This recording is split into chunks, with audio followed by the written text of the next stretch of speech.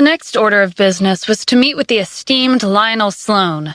Josiah, Maurice, and Darius went to the living room where Lionel had been taken to. After Josiah's arrogant greeting, Darius impatiently urged Lionel to treat his grandfather. "I'm sorry, but I don't treat those who threaten me. I advise you to release me as soon as possible.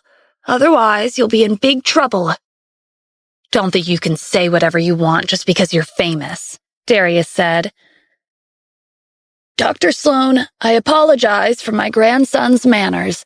However, even if it's you, as long as you're in this city, I'll be the one making the decisions." Lionel smiled. "You're confident, but you really shouldn't mess with my friend. You still have a chance to make things right, but once he comes, it'll be over for you and your family." "Who are you trying to scare? My grandfather used to be the head of the underworld for decades. There's nothing he hasn't seen or been through before. A few words from an old man like you isn't enough to threaten him. I'll ask you again. Are you going to treat my grandfather?" "Nope," Lionel said resolutely. Then he ignored the grandfather, son, and grandson trio and sat cross-legged on the carpet to meditate. When Darius was about to use force, Josiah stopped him. "He's an old man over 100. Don't be rash." The prominent figures of Santa Ana who were waiting outside the mansion felt much better when Blake came out with his tail between his legs. None of them had expected Josiah to tell his subordinate to leave. That meant they still had a chance to convince Josiah to release Lionel. To have a world-renowned doctor like him in their debt would make their status in the city rise in an instant. Blake returned to the CEO's office at the Wyvern Group. This time, Stephen and Dennis were both there. Blake passed the letter to Stephen and recounted his earlier meeting with Josiah. "Mr. Josiah said that he only deserves the title of commander. He said he wouldn't release Dr. Sloane, and he doesn't think too highly of you." Stephen threw the letter on the table and stood up. Noticing his anger, Blake stood to the side quietly. "This is ridiculous. Lionel is considered a national treasure. How could Josiah, the former head of the underworld, casually lock him up in his home? I was originally planning on keeping things on the down low and treating this as a small issue, but it looks like I'll have to resolve this myself. If Josiah doesn't want to take this seriously, then we'll make him see the gravity of his actions. Dennis, contact Captain Floyd and tell him to send the special forces to Josiah's mansion." "Yes, sir." After Dennis made a phone call and explained the situation to Captain Floyd, he went with Stephen and Blake to Josiah's mansion. Tanya noticed them and tugged on Andy's sleeve. "Grandpa, look, isn't that Stephen?" "You're right. Why is he here? Does he think he has a chance of taking Dr. Sloane away?" "How would that be possible? Josiah didn't even let you in, Grandpa. Stephen's just a freeloading husband. Look at him putting on an act. He even called Mr. Lucero from the Wyvern Group and Blake to come with him.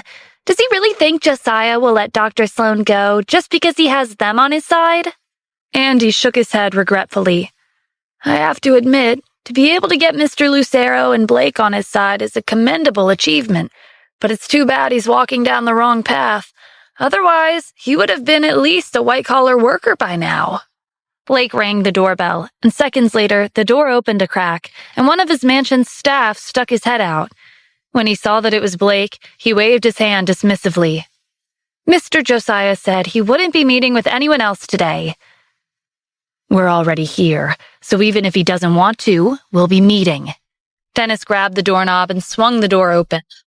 The staff staggered backwards. "Who are you people? How dare you barge into Mr. Josiah's house?" He instructed his colleagues to stop them and hurried off to report the situation to Josiah. Dennis stepped into the house and made his way to the courtyard. He beat up dozens of the mansion's staff who came rushing at him. It didn't take long for them to reach the courtyard. "Blake, did you really bring outsiders into our house?" Darius demanded. Maurice clapped his hands, and more of the mansion's staff rushed out, surrounding the three of them. "Since you're here, there's no need to leave." Josiah glanced at the two people besides Blake. "Who are you two?" "So, you're the one who changed my letter," Stephen said. You already know Blake, so I'm not going to introduce him. The person next to me is Mr. Lucero, the CEO of the Wyvern Group." Josiah looked at Stephen with interest. "No wonder you're so arrogant. You have the support of the Wyvern Group. May I know your identity? Don't tell me you're that useless son-in-law of the Cassidy family." "You don't have the qualifications to know his identity," Dennis said. "I'll give you 30 seconds to bring Dr. Sloan here. If not, you'd better be prepared for the consequences." "Mr. Lucero, isn't that crossing a line? I know you come from a wealthy family in the East, but this is my house. Show some respect. I'll give you 30 seconds to leave. If you don't, then don't blame me for what happens next."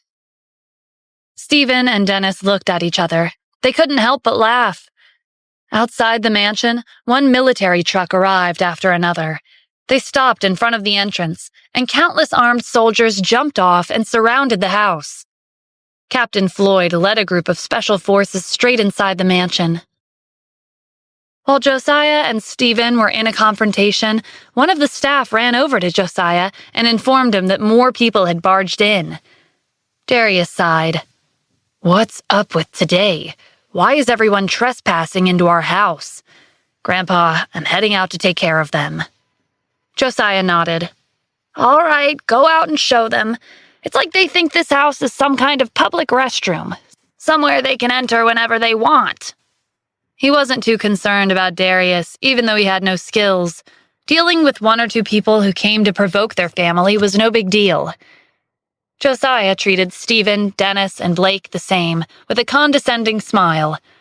Even though Blake was the current head of Santa Ana's underworld, he was his subordinate, and in front of him, Blake was nothing more than his underling. There were rumors that Dennis was a decisive and ambitious tycoon from the East Coast. He'd taken over the Klein Group the minute he'd arrived in Santa Ana. While Dennis was someone extraordinary, it wasn't to the point where Josiah had to necessarily treat him with respect. As for Stephen, he was a freeloading, good-for-nothing husband. Josiah scorned him the most. Josiah took a seat and casually picked up his cup of tea. "You still have time. Think carefully about your next move. If you don't make a decision soon, don't even think about leaving here in one piece today." Meanwhile, Darius was leading a group of the mansion's staff across the house. Before they could make it to the door, soldiers in uniform rushed inside, one after another. What the hell was going on? Even though Darius had been by Josiah's side since he was young and had seen numerous fights, they were never too extreme or bloody. Regardless of their families' ties to the underworld, where death was a frequent occurrence, none of them were a match for these soldiers. They were like ants in the face of elephants. They would be crushed with one stomp. Captain Floyd raised his hand. A few soldiers subdued the mansion's staff in an instant. "Who are you people?" Darius asked nervously. "Your family's powerful, I'll give you that. I heard Josiah gave himself the nickname Commander Hunt as a reference to the Commander-in-Chief. He even talked nonsense about he was the only one who deserved that title. Remember this.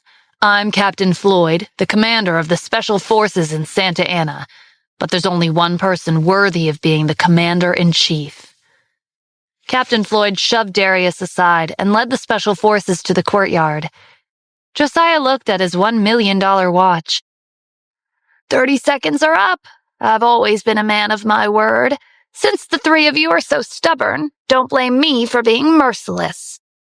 Maurice motioned to the mansion's staff. "Capture them all." Before anyone could make a move, Captain Floyd's voice sounded from the doorway. "I want to see who dares to raise their hand against him." Soldiers rushed into the room and surrounded them. The circle was so tight that not a single person could escape. The mansion's butler ran into the room and waved his arms at Josiah from a distance. "There are more soldiers outside surrounding the house. Also," Josiah frowned. "What else?" "A group of snipers is waiting in the area," the butler replied in a trembling voice. Josiah looked at Captain Floyd. "Sir, I'm just another citizen. Is there a need to make such a commotion?" To have this many troops deal with a former head of the underworld is certainly wasteful of our resources," Captain Floyd said. "However, you've openly threatened the commander-in-chief. That in itself is a serious crime." "Commander-in-chief?" Josiah echoed cautiously. "I would never. The most we did was use a disrespectful method to invite Dr. Sloan to our house. If this is considered a grave offense, then I'm willing to apologize and admit my mistakes." Lionel was a national treasure. Even if he were forced to grovel in apology and rumors spread, it wouldn't bring shame to his family at all. Another voice sounded from the doorway. It was Lionel. "I'm just an old man. The commander of the Special Forces wouldn't come here for me. Josiah, it seems like your memory is failing you. Do you perhaps remember receiving a letter?" Josiah recalled the letter with 2 words written on it, Commander Adams. Blake had personally delivered it to him. Realization dawned on him as he recalled what Captain Floyd had just said. Josiah looked at Stephen. "Are you—" "There's no need to ask," Lionel said with a laugh. "You call yourself Commander Hunt based on the Commander-in-Chief's title. Who else could the man in front of you be?" How was this possible? Stephen was the Commander-in-Chief? The person who led the 4 great generals to victory 6 years ago? Wasn't he supposed to be a good-for-nothing son-in-law of the Cassidy family? But if Stephen wasn't the Commander-in-Chief, there was no other explanation for Captain Floyd and the Special Forces' presence.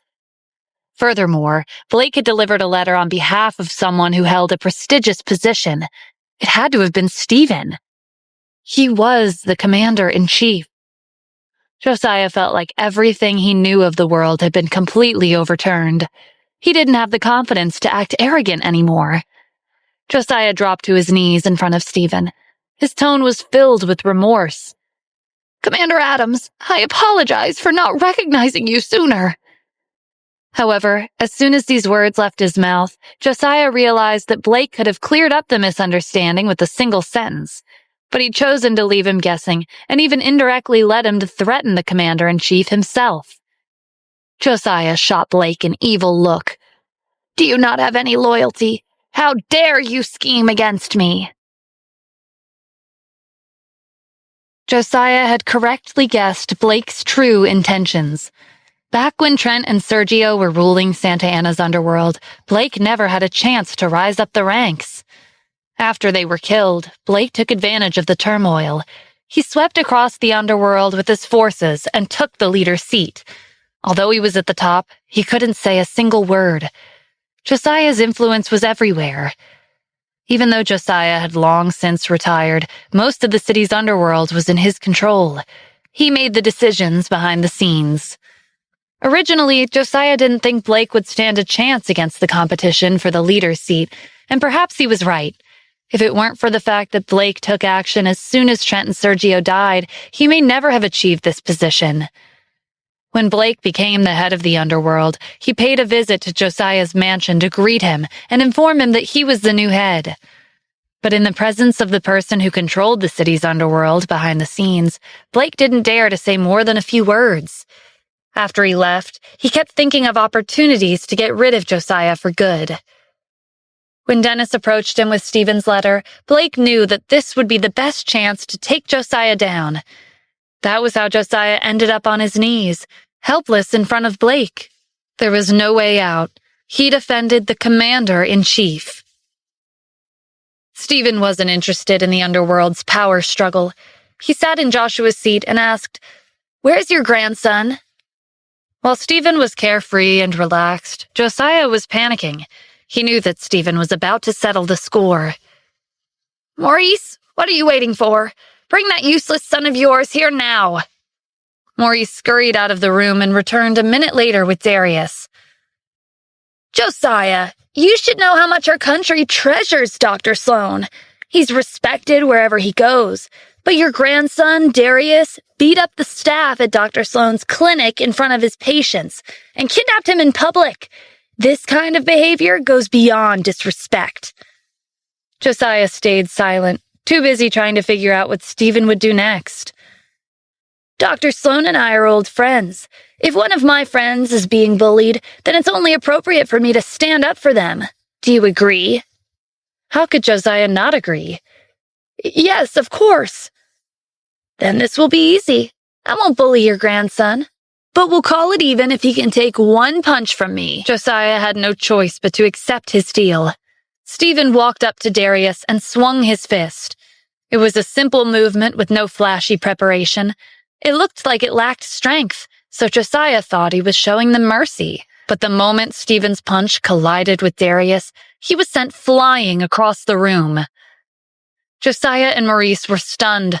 The commander-in-chief was terrifying. A seemingly casual punch contained tremendous strength. When Stephen noticed the shock on their faces, he said, "Don't worry, he's not dead. Although he did commit a crime. I'm not someone who kills at random."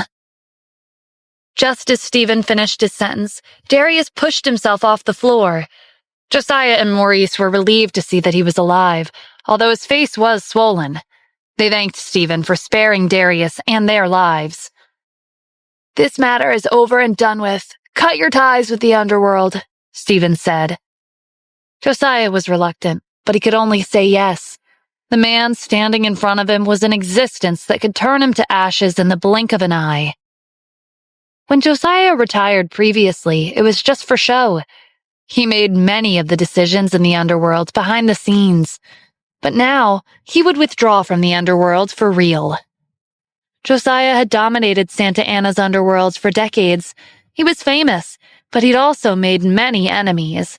If he lost his power so abruptly, his enemies would come after him and take their revenge without restraint. On the other hand, Blake was thrilled with Stephen's order. Without Josiah restricting him, the entire underworld would be his to control. "And you?" While Blake was celebrating in his head, Stephen interrupted his thoughts. "Don't think that I don't know what you're thinking. In the future, the Commerce Guild will be restricting your actions." Blake wanted to cry, but he had no tears. He'd successfully gotten rid of Josiah as planned, but now he would have the Commerce Guild watching over his every move. His situation hadn't changed at all. But how could he refuse? Blake could only nod and agree. "I understand, Mr. Adams." The news of the former head of Santa Ana's underworld packing up and leaving with his family spread across the city in one night. Andy and his granddaughter, Tanya, were watching the news on TV. He recalled the way Stephen, Dennis, and Blake had left Josiah's mansion with Dr. Sloan yesterday. "Stephen is nothing more than a freeloading husband, but he was able to mobilize the city's special forces and threaten Josiah to the point where he ran off in the middle of the night. This is outrageous." "Grandpa, if he was able to get the special forces to make a move, why did he marry into the Cassidy family and freeload off of them? I think the special forces came because Dr. Sloan was kidnapped. That's why the military dispatched such a large team to rescue him. And Stephen, being the greedy and opportunistic person he is, took advantage of the situation to make it seem like he was the one who made the rescue happen." "That makes sense," Andy said. "Stephen snuck into the Wyvern Group and got the CEO to come with him. He must have some tricks up his sleeve that we don't know about. It's ridiculous to assume that he contacted the military base and asked them to dispatch the special forces to rescue Sloan." "I've told you before," Tanya added. "He's doing this so that he can seem more trustworthy in front of Mr. Lucero. He's trying to reap the benefits for himself. He's shrewd and full of tricks. We thought he was passing by and saved you by chance, but he must have shown up in that place at that particular time after meticulous planning." The more Andy thought about it, the more he felt like Tanya was right. "Fortunately, you were smart and discovered his scheme in time." After Mr. Quinn was taken away by the investigation team from Washington, D.C., Austin found out that Stephen had single-handedly barged into Josiah's mansion and rescued Lionel. Austin was so frustrated that he threw his glass on the floor.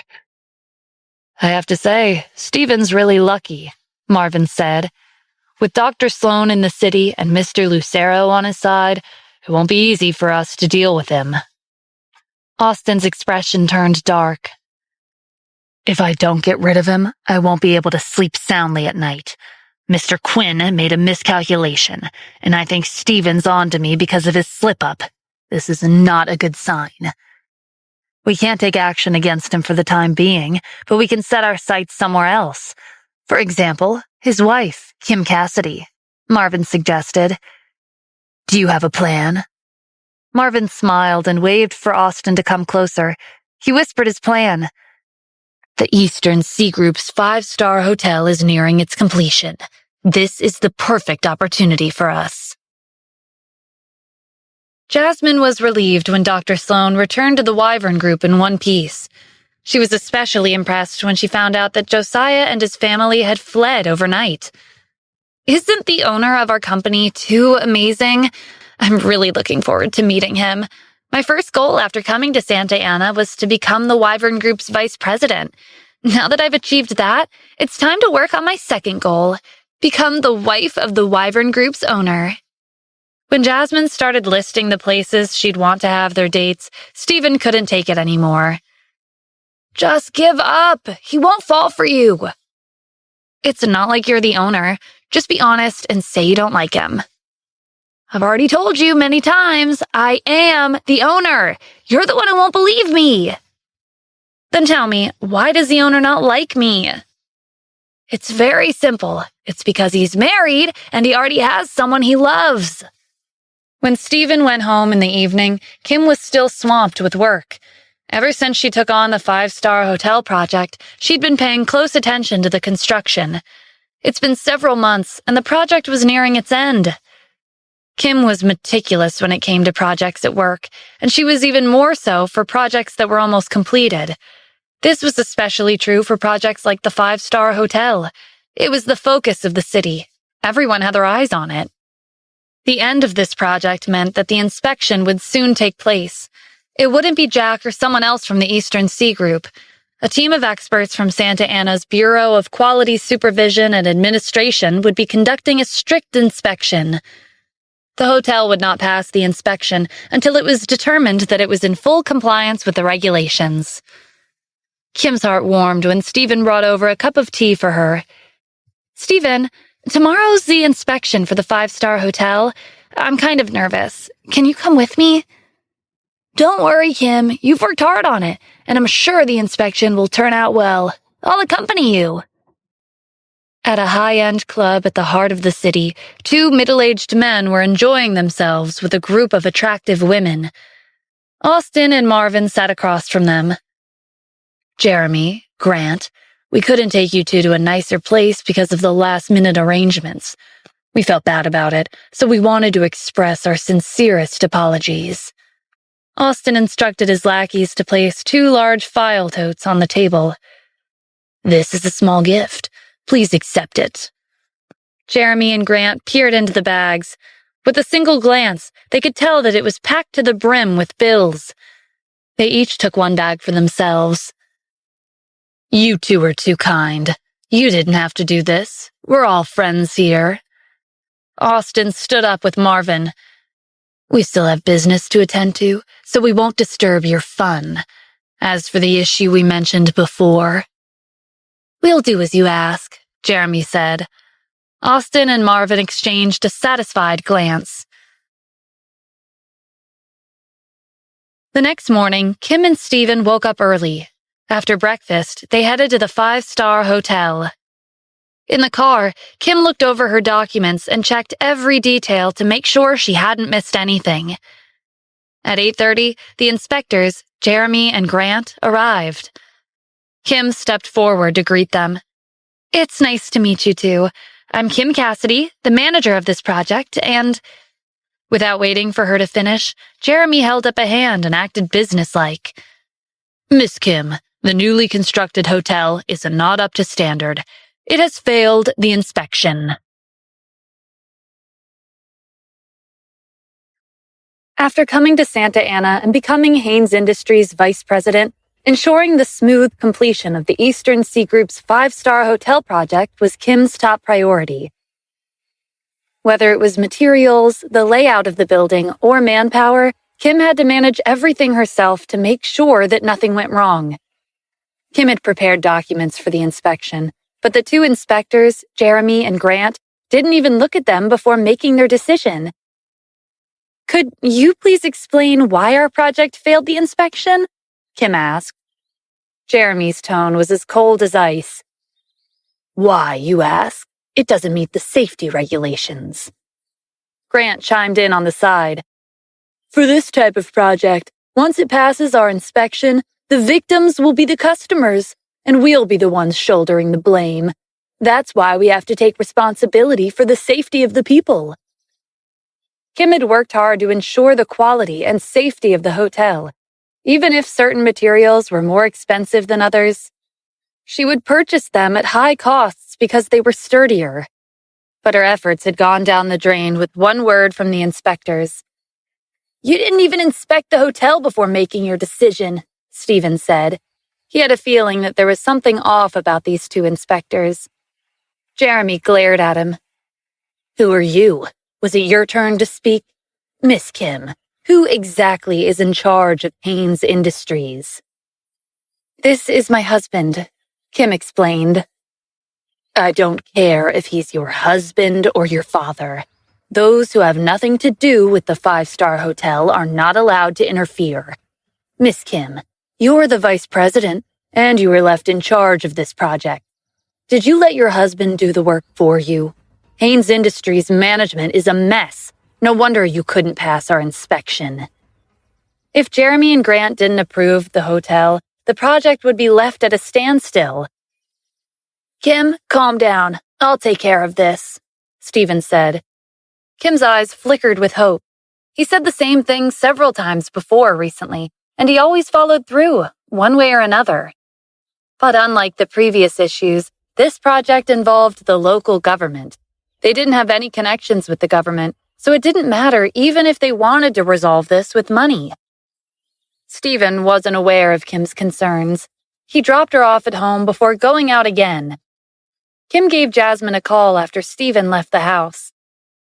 "Don't worry, I'll ask Mr. Lucero and see if he can get the owner to help you," Jasmine said. Kim sighed. I guess that's the only way. But she'd never met the Wyvern Group's owner before. Why would he help an outsider like her? Stephen drove to the military base and explained the situation to Xavier. "I'll send a few experts from the military to the hotel for an on-site inspection. They're at the top of their fields, and they ensure that all buildings are up to quality standards." Xavier made a call, and it wasn't long before the experts arrived. Stephen drove them to the hotel. After a meticulous inspection, they unanimously agreed that the five-star hotel met the standards and regulations. They issued a certificate that was certified by the military. Stephen now had confirmation that Jeremy and Grant were intentionally causing trouble. Stephen took the certificate and went to the police station to look for the police officer who knew his identity. He explained the situation to him. The police officer flew into a rage when he heard that these two inspectors were targeting the commander-in-chief, but he quickly calmed down.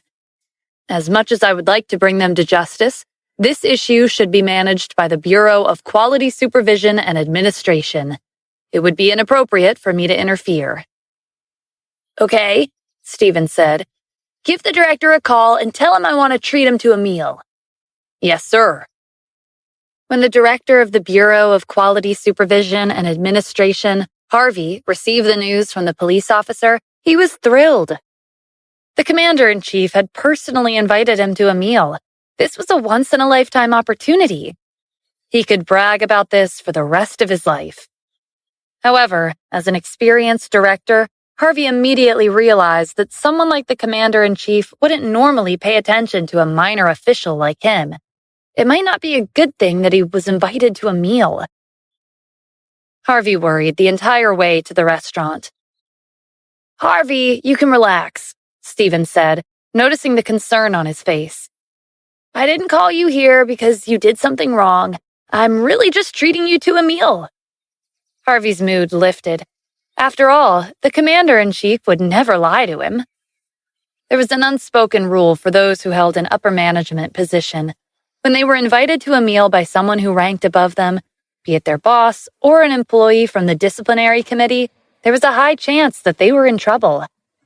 Harvey was glad that this didn't apply to him. "Please, have a seat," Stephen said. Harvey sat down as instructed. There was an invisible pressure in the air, and he was afraid to even breathe. "Besides treating you to a meal, there's actually something I would like you to help me with." "As long as it's something I can fulfill, I'll do my best." Dennis, who was standing off to the side, held out the certificate from the military construction experts. Harvey looked down at the document. His confusion was growing. The military construction experts had inspected the hotel and given their approval, yet his own team had come up with a conflicting result. Harvey didn't know the connection between Stephen and the five-star hotel project, but considering the fact that Haynes Industries' vice president, Kim Cassidy, was in charge, he suspected that they had a deep relationship with each other. "Kim is my wife," Stephen said, as if sensing his doubts. "What? Oh, I see." Harvey cursed Jeremy and Grant in his head. Were they messing around during the inspection and gave the result willy-nilly? The commander-in-chief's wife was in charge of the project. How dare they not take the inspection seriously? If there really is an issue with the hotel and you want us to take it down and rebuild it from scratch, then I would have nothing to say. But because this is an important project that the entire city is looking forward to, I personally went to Santa Ana's military base and invited several experts to conduct another inspection. All of them agreed that the hotel met the regulations and that there are no issues. With that being said, you have no objections to their inspection, right? "Absolutely not," Harvey said. "They're experts from the military, and I trust their judgment." Questioning them was the same as questioning the military.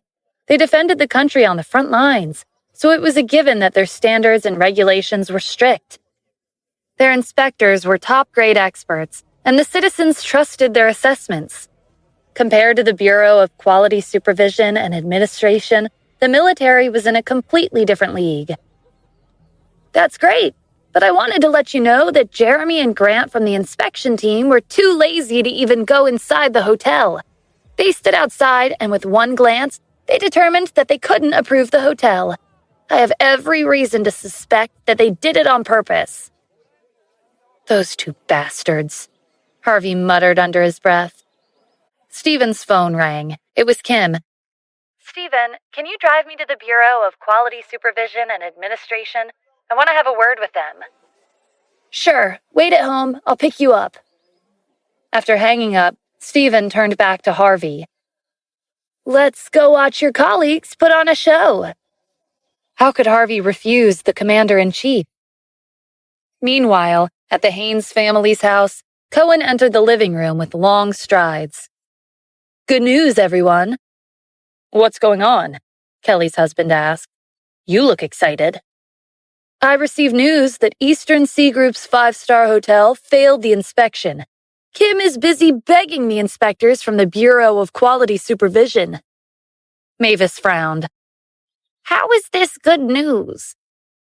Even though the Eastern Sea Group had designated Kim to oversee the project, it was still under Haynes Industries' name. If the project didn't go well, it would affect the company's reputation. "Please, let me finish," Cohen said. "Think about this carefully. If the project can't be completed, the consequences will fall on Kim's shoulders.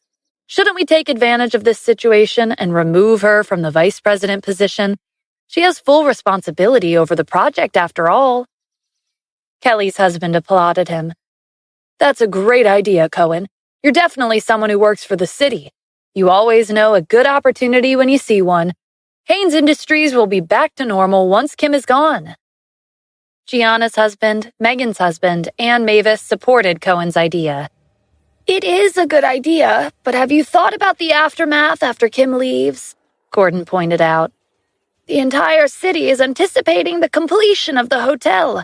If it doesn't work out as planned, who would want to do business with us in the future?" "I've already thought about that," Cohen said. The Bureau of Quality Supervision is part of my connections in the city. After Kim leaves the company, I'll head over and give them a few gifts. They'll change their minds in a matter of minutes. It's a big project. Wouldn't the gifts be expensive? Gordon asked. I'm guessing it should be worth at least $1 million. But think about it. Even though we have to spend, we'll have the 5-star hotel project as one of the Haynes Industries' achievements. Many people would want us as business partners. For the sake of our future prospects, spending a few million is nothing. Stephen drove to Riverview Villa to pick Kim up before heading to the Bureau of Quality Supervision and Administration. Harvey followed them from behind in his car. When they arrived, a Mercedes-Benz S-Class pulled up to the entrance. Austin and Mervyn stepped out of the car just as Harvey and Grant came out of the building. They greeted Jeremy and Grant enthusiastically and invited them into their car. When Kim saw that they were about to leave, she grabbed her documents and ran over. Harvey was about to get out of his own car, but Stephen stopped him with a look. Sorry for interrupting, Kim said. I've revised the documents, and I believe it contains everything you're looking for. This is a big project, Miss Kim, Jeremy said. How could you change the documents and expect us to approve them? Are you treating the inspection as a joke? Grant was even ruder. Save it. It doesn't matter even if you revised the documents hundreds of times. Even if you tore down and rebuilt the hotel, we still won't give you a pass. What an arrogant tone. Stephen walked over with a smile. From what you're saying, it sounds like you're the director. Well, if it isn't Stephen, Austin called out from inside his car. He looked at him with a smile that didn't reach his eyes. Since Stephen already knew that he'd been plotting against him, there was no need to disguise himself any longer. From the moment Jeremy and Grant failed their hotel during the inspection, Stephen had already guessed who the mastermind was, but he'd been refusing to admit it. Until now, when he met Austin face to face. Are you the reason why the hotel's not passing the inspection? Austin let out a sigh. You should be careful of what you say. Determining the fate of a 5-star hotel is something that only can be done by inspectors. This has nothing to do with me. Stephen smirked.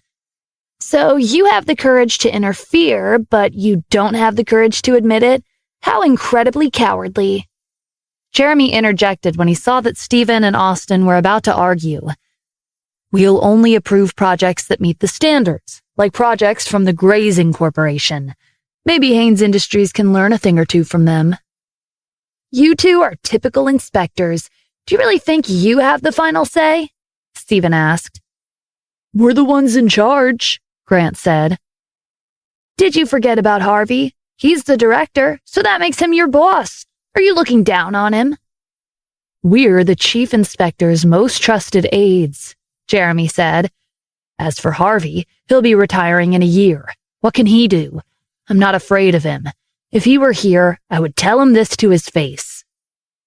Is that so? Stephen turned and called out in the direction of Harvey's car. Harvey, did you hear that? The two of them have the final say in the Bureau of Quality Supervision and Administration. You, their boss, are nothing in their eyes. Jeremy and Grant looked around. What? Is Harvey also here? They relaxed when they didn't see anyone. Jeremy glowered at Stephen. Are you pulling tricks on us? What do you mean? Didn't you guys just say that you had the final say? You even said that you wouldn't be afraid, even if Harvey were here. Who said we were scared? Grant said. Don't even think of playing any more tricks on us. Harvey's nothing more than an old man who'll be retiring soon. Is that so? Harvey, who had been sitting quietly in his car and listening to the entire conversation, couldn't take it any longer. He opened the door and got out of the car. He fixed his gaze on Jeremy and Grant as he slowly walked over. The two of them stuttered out a greeting. They didn't think Harvey would actually be here. They immediately regretted criticizing him a few seconds ago. Don't call me Mr. Harvey. According to your conversation, I believe I should be addressing you two with honorifics. Didn't you say that you're in charge? I'll be retiring soon. I'm nothing in front of you. Mr. Harvey, we were joking. Despite what they said, Jeremy and Grant still considered Harvey to be their boss. While he was about to retire, he could fire them at any time before he left. Oh, you were joking. Then you were also joking during the inspection. The military has approved of the hotel, but you two determined that it wasn't up to standard without even going inside and taking a real look around. The Bureau of Quality Supervision follows strict regulations, and its employees are one of the best in this field. But it seems you two are an exception, if you don't take your work seriously. Harvey shoved the certificate from the military in their faces. Take a good look for yourselves. Jeremy and Grant instantly realized that they'd made a mistake. Since the military had approved of the hotel, how could they give a different opinion? Not to mention, they had nothing to back up their claims. These two also accepted bribes, Stephen interjected. According to the law, they should be escorted to a certain department within your organization, correct? Jeremy and Grant denied it immediately. We didn't take any bribes. Is that so? Stephen motioned to Dennis, who was playing a recording on his phone.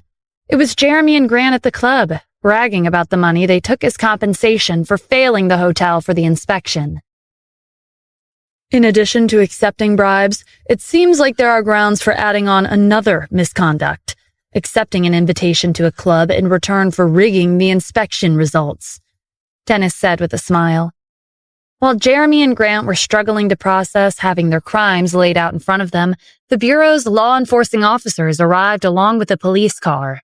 They were handcuffed and taken away. Austin and Marvin sped down the street as soon as they realized that the situation wasn't looking good for them. Miss Kim, I'm so sorry. Because of our employees, we almost delayed your project. I'd like to apologize on behalf of the Bureau of Quality Supervision. Kim was taken aback by Harvey's overly polite gesture. It's all right, no harm done. Harvey glanced at Stephen. Nothing was impossible as long as the commander-in-chief wanted it. Miss Kim, I'll give you the documents stating that your hotel is approved and has passed the inspection. Thank you, Kim said. With Harvey personally taking care of the situation, the hotel's inspection concluded without a hitch. Kim could finally relax after receiving the documents signed by Harvey himself. She and Stephen went to the Haynes family's house to announce the good news. Everyone in the Haynes family was gathered in the courtyard. Cohen was confused when he saw that Kim was in a good mood. The hotel had failed the inspection. Why was she so happy? Kim must have guessed that they were planning to remove her from the company because the project failed, so she was pretending to be calm. I think it's bad news. Kelly's husband nodded. Kim, what would you like to tell us? I have good news. Wait a minute. Without waiting for Kim to finish, Kelly interrupted. Don't say anything. Let me guess. You want to tell us that the 5-star hotel project has been officially approved and has passed the inspection, right? Well, yes. So you already knew about it, Aunt Kelly? Of course I know, but it's not just me. Everyone here already knows. I see. That's great. Kim was in high spirits. Just as she was about to continue, she was interrupted by Gianna. That's enough. How long are you planning to continue with this act of yours? What do you mean? Kim asked in confusion. I don't understand what you're saying. Gordon spoke up. Kim, we already know what happened. You've put a lot of effort into the project, but sometimes in life, working hard isn't all that matters. Some things won't turn out the way you want them to. We've all seen you work very hard on this project, and we love you dearly. But there's no way around it. You'll have to take responsibility. From today onward, your position as the vice president of Haynes Industries will be revoked. Kim was dumbfounded. Grandpa, what are you talking about? Are you going to keep pretending? Gianna asked. Kim, you've been with Haynes Industries for several months now, but you haven't improved at all. Forget it, Megan said. She won't admit it unless we expose her. Let's make it clear. We already know that the project failed the inspection, Kim. But you came home and wanted to hide the truth from us. Do you take us for idiots? $1 billion went into this project, and now it has to end abruptly. As the vice president, you should take responsibility. The rest of the Haynes family banded together and spoke out against Kim, telling her to resign. Stephen took a step forward and held Kim's hand. He stood in front of her. It was nice to have him by her side. What the hell are all of you talking about? If an outsider heard you talking like this, they would think our family was about to fall apart. What nonsense are you spouting? Mavis asked angrily. You're the ones talking nonsense. Kim brought good news. Not only did you not believe her, but you're also even telling her to quit when she did nothing wrong. Stephen tossed a stack of documents in front of Gordon and Mavis. These are from Santa Ana's Bureau of Quality Supervision and Administration. The hotel has been approved. See for yourselves. Gordon and Mavis exchanged a glance before flipping through the documents and reading them over carefully.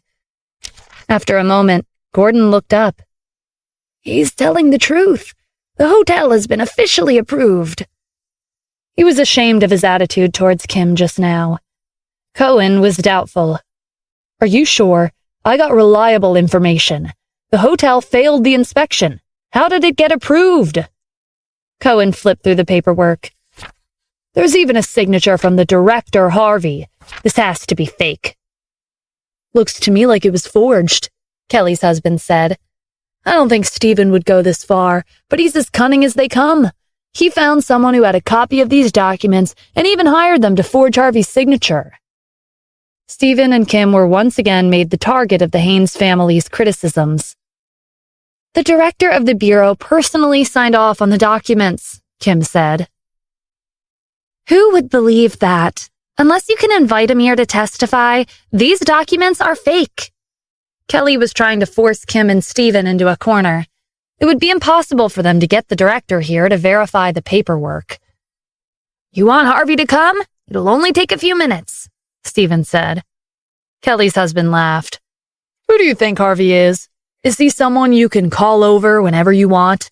Tell you what, if he really comes in 5 minutes, I'll do a live broadcast of myself apologizing for not believing in you two. You said it yourself. Stephen took out his phone and made a call, asking Harvey to come to the Haynes family's house in 5 minutes. Kelly's husband became more critical. You sound like you've done this kind of thing many times before. Are you used to forging signatures and documents and pretending like you're calling important people? Whether I'm pretending or not, you'll know in 5 minutes, Stephen said indifferently. 3 minutes later, a car pulled up to the entrance. The car door opened, and a man who appeared to be around 50 years of age, dressed in a suit and leather shoes, hurried into the courtyard. The first thing the man did was look around. When he spotted Stephen, he walked straight over. As someone who worked in the government, Cohen was familiar with Harvey from the Bureau of Quality Supervisions. However, Harvey didn't spare Cohen a single glance. Mr. Adams, I'm not late, am I?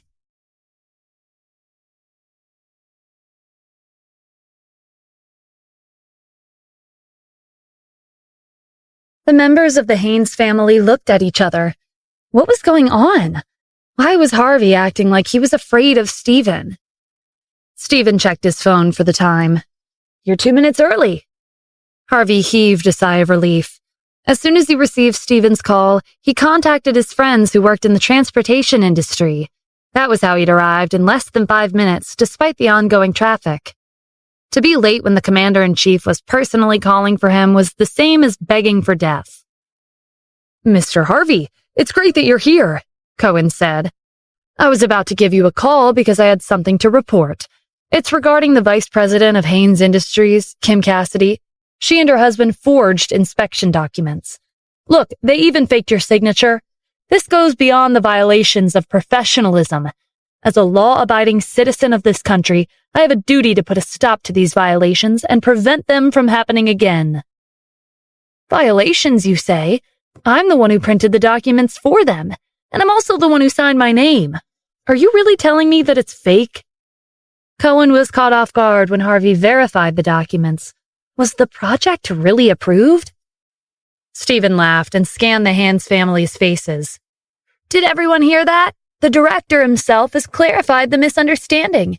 Is there anyone else who doubts the authenticity of these documents and the signature? Everyone in the Haynes family lowered their heads, not daring to meet his gaze. Especially Kelly's husband. His eyes were glued to the floor. Unfortunately, Stephen's gaze fell on him. I think that someone just said if these documents were real, then he would do a live broadcast and apologize in public. Kelly's husband was silently berating himself. If he were given a chance to go back in time, he wouldn't talk nonsense like this anymore. Forget it, Stephen said when Kelly's husband didn't say anything. That wouldn't be a very entertaining broadcast. He turned to Harvey. I called you here to clarify the situation. There is no other way to get them to believe that these documents are real. It's all right, Mr. Adams, Harvey said. If there's nothing else, I'll be leaving first. This was Stephen's family matter. How could he intrude and stay longer than what was necessary? His mission was complete. It was time for him to leave. Cohen was still panicking after Harvey left. He'd questioned Harvey's approval. It was very unlikely that he would be in trouble when he returned to work. Gordon and Mavis changed their attitudes towards Kim and showered her with endless compliments. As a result, Kim's vice president position was preserved. At this time, Kim received a call from Jasmine, inviting her to an afternoon tea. Stephen drove her to the tea house where Jasmine had already made a reservation. After they left, the Haynes family started chattering. How did Stephen get Harvey to come here? Is he secretly a rich and powerful businessman? That's impossible. If that were true, why did he marry into the Cassidy family just to freeload off of them? Kim probably slept with Harvey in order to get him to approve the hotel. Stephen must have found out and threatened Harvey that he would expose him if he didn't do as he said. That's why he was acting so humble. Yes, that has to be it. There's no other explanation. I didn't expect Kim and Stephen to be such a dirty couple. The tea house was located in a relatively high-end neighborhood in Santa Ana. When Kim went inside, she received a call from Jasmine. She said that she'd reserved a table, ordered tea and snacks, and then went to the bathroom to touch up her makeup. Stephen was looking for parking, so Kim took a seat at the table first. Jasmine had ordered truffles, salad, ice cream, cheesecake, fresh fruit, smoked salmon, chocolate brownies, mango pudding, and pancakes with jam. The snacks were incomparably exquisite, and they alone cost $10,000. It was a sky-high price. Just as Kim was about to stuff a brownie into her mouth, someone called out to her. Hey, stop right there! A woman dressed in a mink coat sat across from her. Are you doing this on purpose? What are you talking about? Kim asked in confusion. The woman rolled her eyes. Is this your first time here? The afternoon tea set costs $18,000. There are 18 of us, and each of us pitched in $1,000 to enjoy the set together. It was a little expensive, but it'll be worth it. There's a queue behind you. So shouldn't you wait patiently for your turn? Kim turned around. Sure enough, there was a large group of upper-class young ladies waiting there. She hadn't noticed them when she first arrived because Jasmine had already reserved a table. Kim turned her back to the woman. Miss, I think there's been a misunderstanding. My friend reserved this table, not you. I don't think so. This tea set costs $18,000. I doubt your friend could afford it on her own. Don't think that you can cut in line just because you're wearing designer clothes. We're not below you by any means. So what are you trying to say? You cut in front of us, so you'll have to compensate for our $18,000. Order another afternoon tea set for us. Oh, and let me introduce myself. I'm Eileen, and I'll be blacklisting you from our group. Before Kim could respond, Stephen came up to the table. It's amusing to watch your poor attempt at scheming a customer out of their money. It's obvious that you're not as wealthy as us. You couldn't even afford the tea and snacks on the table by yourself, and yet you're pretending like you're part of a circle of upper-class ladies. Now I'm wondering how many people are like you, pretending to be what they're not just to enjoy a luxurious lifestyle. Stephen's ordinary appearance gave Eileen a sense of superiority. She'd been observing Jasmine in the tea house for a while. After taking a seat and ordering the afternoon tea set, Jasmine had gone to the bathroom. Girls usually stayed in the bathroom for a long time. That was when Eileen came up with an idea. She would pretend that she was the one who'd made a reservation for this table.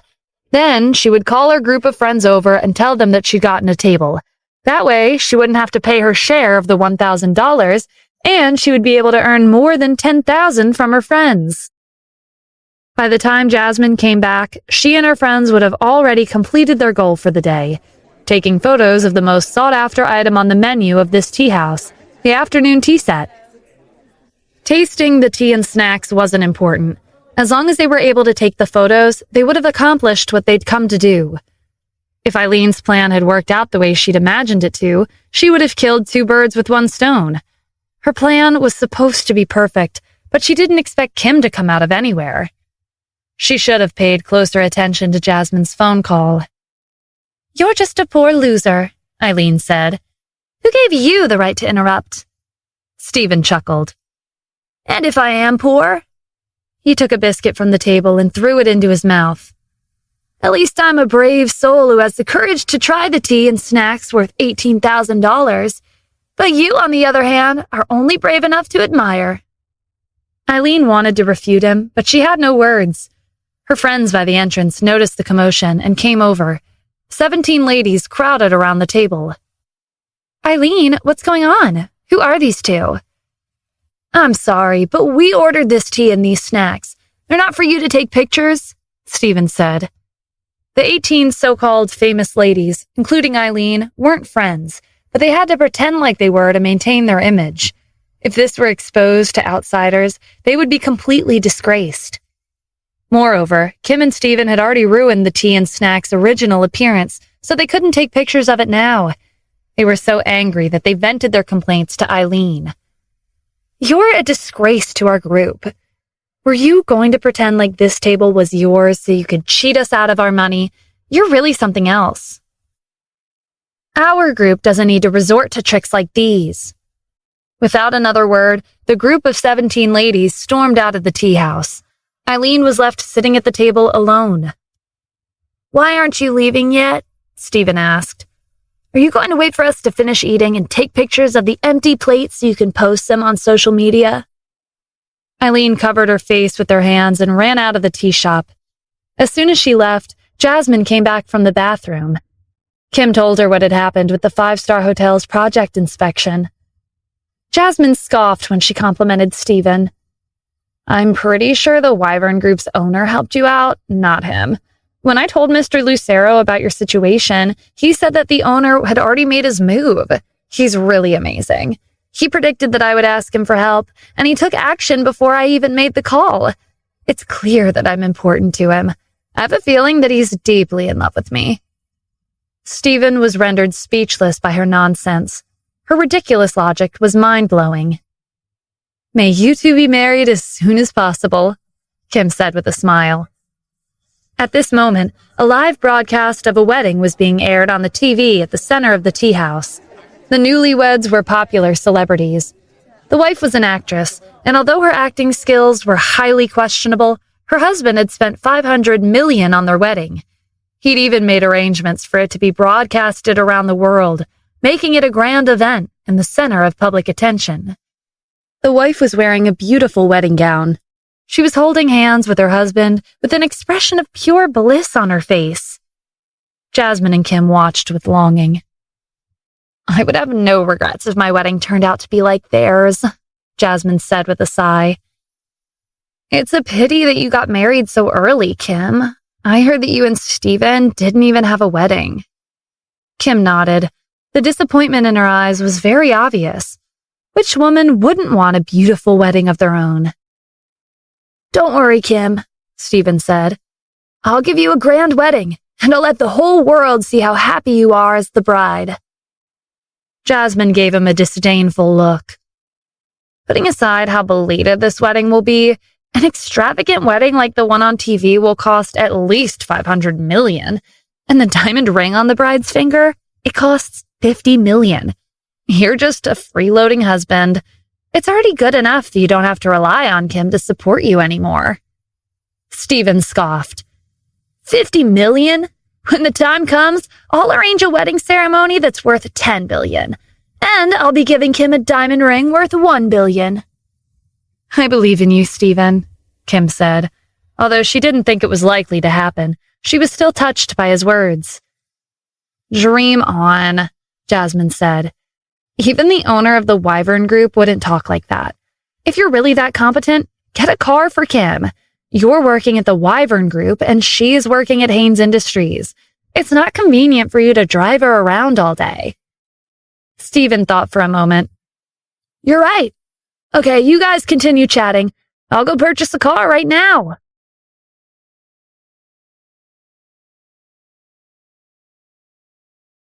Stephen left the tea house and drove to a car center that sold BMWs. Emma, the sales associate who was responsible for greeting the customers, looked him up and down and asked doubtfully, Sir, are you here to buy a car? Yes, please introduce me to your latest models. I'm very sorry, but our shop is closed. We're cleaning the garage, so it's temporarily closed to the public. Although Emma wasn't interested in wasting her time with him, she maintained her polite tone. The man in front of her appeared to be in his 20s. His clothes were casual and cheap. No matter how she looked at it, he didn't seem like someone who could afford a luxury car like a BMW. In addition, Emma could tell the difference between an ordinary customer and a wealthy customer with a single glance, and Stephen didn't have the temperament of a wealthy customer in the slightest. Two men in suits and hair slicked to the side entered the car center. Can you show me your latest models? Emma beamed. Of course. Please follow me. We have a new model in stock. Would you like to take a look? Just as she was about to lead the two men further into the car center, Stephen called out to her. Hold on. You just told me you're not selling today. And please tell me, why are you showing them your cars? Emma was annoyed when he stopped her. She dropped her smile and pointed at him without a single trace of politeness. Look in the mirror and examine your appearance carefully. Who do you think you are to compete with these two gentlemen? They can pay the full price of a luxury car in a matter of minutes. Stephen glanced at his clothes and realized what Emma was trying to get at. She despised the poor and loved the rich. So you're saying I can't afford a car? All right then, let me talk to your manager. Our manager? Are you planning on buying 10 cars or even 100 cars? Our manager is very busy and she has no time for you. The rest of the customers in the store stood to the side and watched silently. None of them came forward to speak up for Stephen. Emma was one of the best employees at this store. They couldn't get on her bad side just for a poor man who couldn't afford a car. The two men who entered the store after Stephen were also watching with interest. The door to the manager's office opened, and a woman stepped out. What's going on? Madison, this person is causing trouble, Emma complained. When Madison came closer, she recognized Stephen. Is that you, Stephen? I heard your business failed 6 years ago, and you lost everything. To earn a living, you married into a rich family. So, he's a pretty boy who freeloads off his family, Emma said. Stephen glared at her. Please pay attention to your words. Emma, how could you know that about him? Madison asked. You may not know this, but he has no status in the Cassidy family. He only does laundry and prepares meals all day long. He even has to ask his mother-in-law for money when he goes out to buy groceries. A few people from the crowd snickered. Doesn't that mean he doesn't have a single cent on him? Emma asked. He has to ask his mother-in-law for money to buy groceries. What do you think? Emma looked at Stephen with disdain. You wanted to check out our cars with no money in your pocket? Madison, I think he's here just to take pictures and pose as a wealthy person on social media. He can pretend he's living a happy life with a new luxury car. Madison listened to the ridicule around them. 6 years ago, when Stephen was the CEO of Felicity Corporation, she was hired to be his assistant. During their conversations, she would always try to seduce him to win a higher position at the company, but she hadn't expected him to fire her for acting inappropriately. It felt good to get back at him after 6 years. Stephen didn't care about their mockery. Are you done? If you are, then introduce the latest models to me. Being made fun of for being a nobody and a freeloader was no big deal. He was here to buy a car for Kim. There was no need to play along with these clowns. Madison gasped. Stephen, what happened to you? After marrying into the Cassidy family, did your brain malfunction? Where do you think this is? Open your eyes and look around. Every model at our store costs at least $500,000. Can you afford it? Shouldn't you make a call and ask your mother-in-law for her opinion? Emma suggested. He probably shouldn't, Madison said. $500,000 is not a small amount. If his mother-in-law were to chase after him with a broom and beat him up, it would be our fault. We would have committed a grave sin. Madison imitated Stephen's mother-in-law, and the crowd burst into laughter. Emma turned back to Stephen. Hey, freeloading son-in-law, why are you still standing here? Haven't you been embarrassed enough? Hurry up and get lost. All right, I was thinking that since we worked together for a short time, I might as well let this go and do business with you. But it seems like that would be pointless. You'll regret this, Madison. Stephen ignored the idiots in the store and walked out. Madison called after him as she watched him leave. Who do you think you are to do business with me? Even if you did purchase a BMW worth $500,000, I would only receive a commission of a few $1,000s. I'm worth millions. That's nowhere near enough for me. Stephen ignored her and entered the Mercedes-Benz car center next door. Emma pointed at Stephen's receding figure. Hey, did you see that? The poor guy ran away to the store next door. He'll be out in less than a minute, Madison said. Stephen went to the back of the car center to examine their selection. A woman went up to him and greeted him. Sir, are you here to purchase a car? Yes, Stephen said. He'd learned his lesson from his earlier experience at the BMW car center. Instead of wasting time at the entrance, it would be better to just go straight inside and take a look at the cars. We have many models here for you to choose from. Of course, if you're not in a hurry, we could take a look before making a decision. Stephen was surprised by her polite tone. She was cordial, and she even served him a glass of water. The service here was completely different from the BMW car center. Stephen pointed to one of the cars that caught his eye. How much is this model? This is a Mercedes-Benz S-Class. The lowest price would be $1 million. Although it's on the pricier side, the driving experience is first rate. Also, this model has the highest guaranteed value. If you don't want it anymore, you can sell it for a decent price as a used car. Okay, I want this car. 100 of them. 100? The sales associate stuttered. It wasn't her first time seeing a customer spend hundreds of millions on a car, but the man in front of her looked ordinary. This was a Mercedes-Benz S-Class that was worth $1 million per car, and he was asking for 100 of them.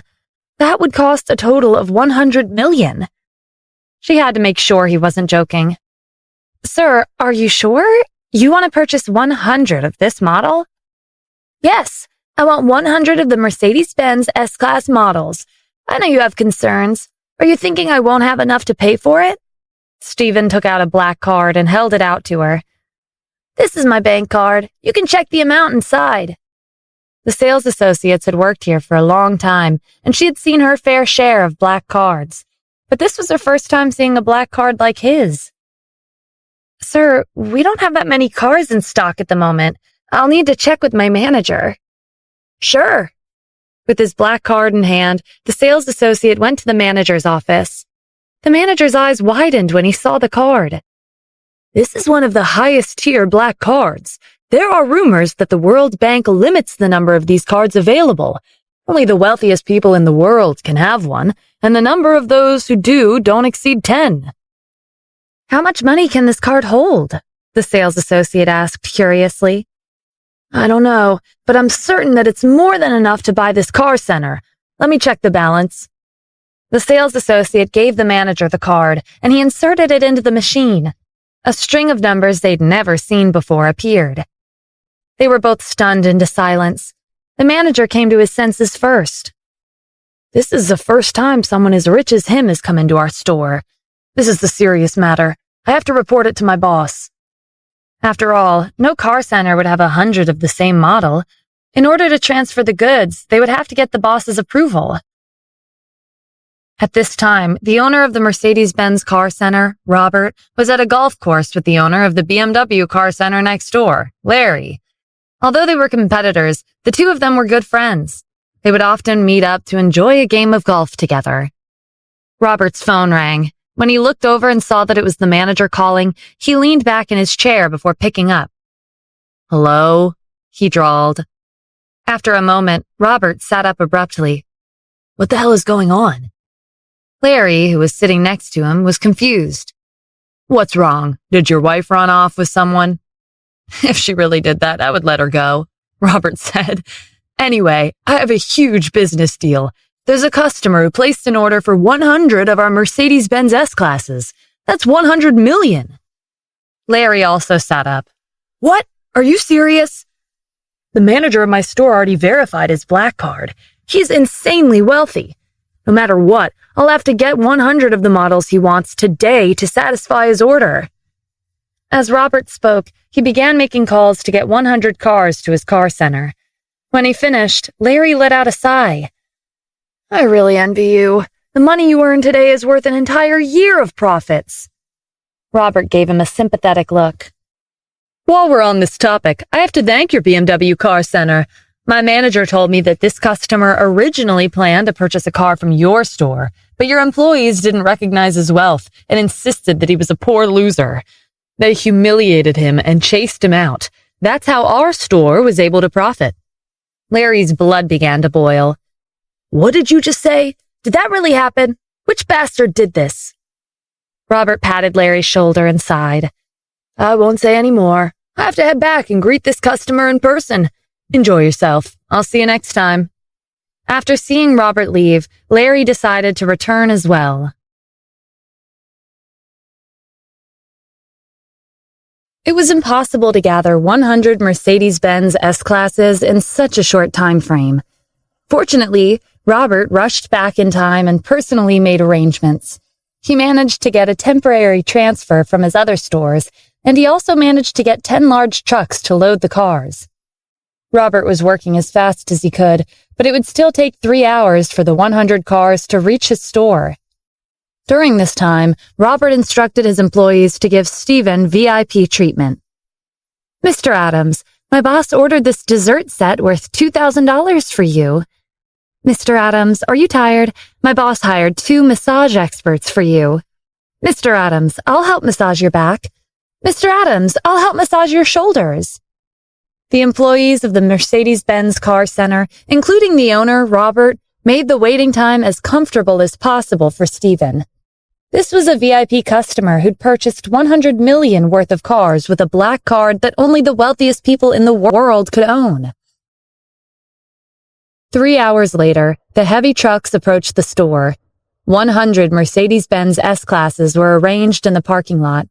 It was a spectacular scene, which naturally attracted the attention of the people in the BMW Car Center next door. The employees in particular were engaged in a heated discussion. "That's 100 Mercedes-Benz S-Classes, which amounts to 100 million. I wonder who was so generous enough to purchase this many cars." Emma looked at the cars with envy. "I heard one customer purchased 100 cars with a wave of his hand. It's infuriating when we compare our store to theirs. If that customer purchased 100 of our BMW X7 models, our commission would be over $1 million.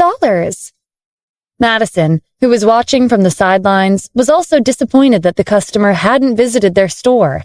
She would have been able to earn a year's salary from today's business transaction alone. "Hey, I heard he visited our store before. Do you remember him?" Emma tried to recall. "No, I don't remember anyone like that showing up at our store today." Madison was upset the more she thought about the 1 million commission she'd missed out on. "What's wrong with your eyes? That customer was a gold mine, but you let him go. How can you sell luxury cars with this kind of vision?" Emma couldn't say anything back. She accepted her scolding. Meanwhile, the owner of the BMW Car Center, Larry, returned to the store. "She's not the only one with bad eyesight. Emma, Madison, get out here right now. Emma and Madison exchanged a nervous glance before rushing outside. What happened, Mr. Larry? Are you really asking me that? Have you seen the car center next door? That customer who ordered 100 Mercedes-Benz S-Classes was planning on purchasing our cars, but because you two mocked him and humiliated him, he went next door instead. Mr. Larry, how could we have humiliated him? We don't even know who he is, Emma said. Madison also tried to defend herself. There were so many customers who visited our store today. How were we supposed to know he was so wealthy? Suddenly, a thought crossed Emma's mind. She glanced at Madison. Wait, don't tell me. From Larry's description, this wealthy customer resembled Stephen. That's impossible, Madison said, but she felt uneasy. After entering the car center next door, Stephen never came out. Could it really be him? Larry motioned for them to follow him. You two idiots, follow me. At the Mercedes-Benz car center, Stephen was giving Robert further instructions. Help me find 100 drivers and tell them to drive these cars to the Wyvern Group's parking lot. Just now, Stephen had signed a contract with Robert to finalize the purchase. Over $100 million had been transferred into Robert's account. For a wealthy customer like Stephen, Robert couldn't afford to be negligent just because he'd accepted the money and delivered the goods to the store. Robert was enlightened when he heard about the Wyvern Group. No wonder Stephen was so generous. I understand, Mr. Adams. Robert spoke like he was Stephen's subordinate. I'll take care of it. We'll deliver 100 cars to the Wyvern Group for free. We'll regularly stop by and perform maintenance. The after-sales service is better than I expected, Stephen said. Then I'll leave it to you. I'll be leaving now. Mr. Adams, I'll send you off. Stephen was surrounded by the employees and Robert himself when he walked out of the car center. Larry ran up to him. Hello, Mr. Adams. I'm Larry, the owner of the BMW car center next door. I'd like to apologize for my employees' rudeness, and I've also brought them here to apologize to you in person. Emma and Madison looked up, and their faces paled. The wealthy customer really was Stephen. How could they refuse? At most, their families were considered middle class, and they spent a lot of money on their kids' tuition to make sure they received the best education. They worked at the car center and earned a salary of several $100,000 just to survive. They couldn't say no to their boss. Larry was annoyed when Emma and Madison stood there in a daze. What are you waiting for? Apologize to Mr. Adams. I'm sorry, Mr. Adams. We were wrong. Are you sure you were wrong? How could you be wrong, though? A poor loser like me, who asks my mother-in-law for money to buy groceries. How could I afford a BMW? Stephen said sarcastically. Madison and Emma were instantly ashamed. Those were the same exact words they'd used to belittle him. A poor loser like me doesn't have the qualifications to stand in your car center, Stephen added. Larry now understood just how severe the mistreatment was. Emma, Madison, you two are fired. None of our other stores will hire you either. He turned to Stephen. Mr. Adams, I hope this makes up for the disrespect you received. Stephen shrugged. Don't ask me. This is an internal problem. It has nothing to do with me. About that, Robert added, I'll be blacklisting these two scum of the industry from my stores as well. Emma and Madison, who were originally planning on working at another car center, were devastated when they received another piece of news. Porsche, Audi, Cadillac, and other luxury car centers issued a notice announcing that they would not hire either of them. In other words, they were banned from the entire industry. Their job was their only source of income. How are they supposed to pay off their car loans, mortgage loans, and their children's tuition fees? Madison never thought that she would lose her path to wealth just because she wanted to get back at her former boss. Stephen didn't feel sympathy for these two snobbish women. Who knew how many people they'd scorned and humiliated in the past? He certainly wasn't the first. The city was stunned when 100 Mercedes-Benz S-Classes appeared on the streets. Even more so when they entered the Wyvern Group. Everyone wondered what the company was up to. Even the employees of the company ran over to watch. This had never happened before. Since most of the employees were here, Stephen decided to make an announcement. Everyone, as you can see, there are 100 Mercedes-Benz S-Classes. Each car is worth $1 million. Do you know why the owner of our company purchased this many cars? The employees were at a loss. None of them knew the answer. It's simple. The owner purchased these cars as a reward for everyone's hard work. The medical device we put on the market recently has been selling well, and the results are more than satisfactory. The research and development department has made great contributions, and the owner has decided to reward everyone in the department with a Mercedes-Benz S-Class. The crowd burst into an uproar, especially the employees of the research and development department. But some of them were doubtful. Is this true? Of course. The car keys are in my hands. I'll transfer them to the HR department later. They'll be in charge of the distribution. This is the owner's reward system for the Wyvern Group. As long as you make an important contribution to the company, you can request any reward, including a luxury car or a villa. When Annika was informed of the situation, she rushed to the scene and ensured the employees. His words are true. Annika was the director of both the HR department and the finance department, so the employees trusted her statement. Everyone was filled with newfound determination and motivation to work even harder.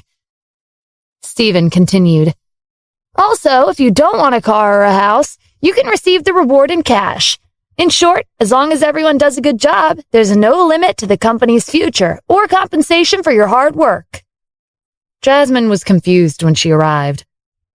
Why didn't I know about this? Stephen chuckled. This is what the owner specifically instructed me to do.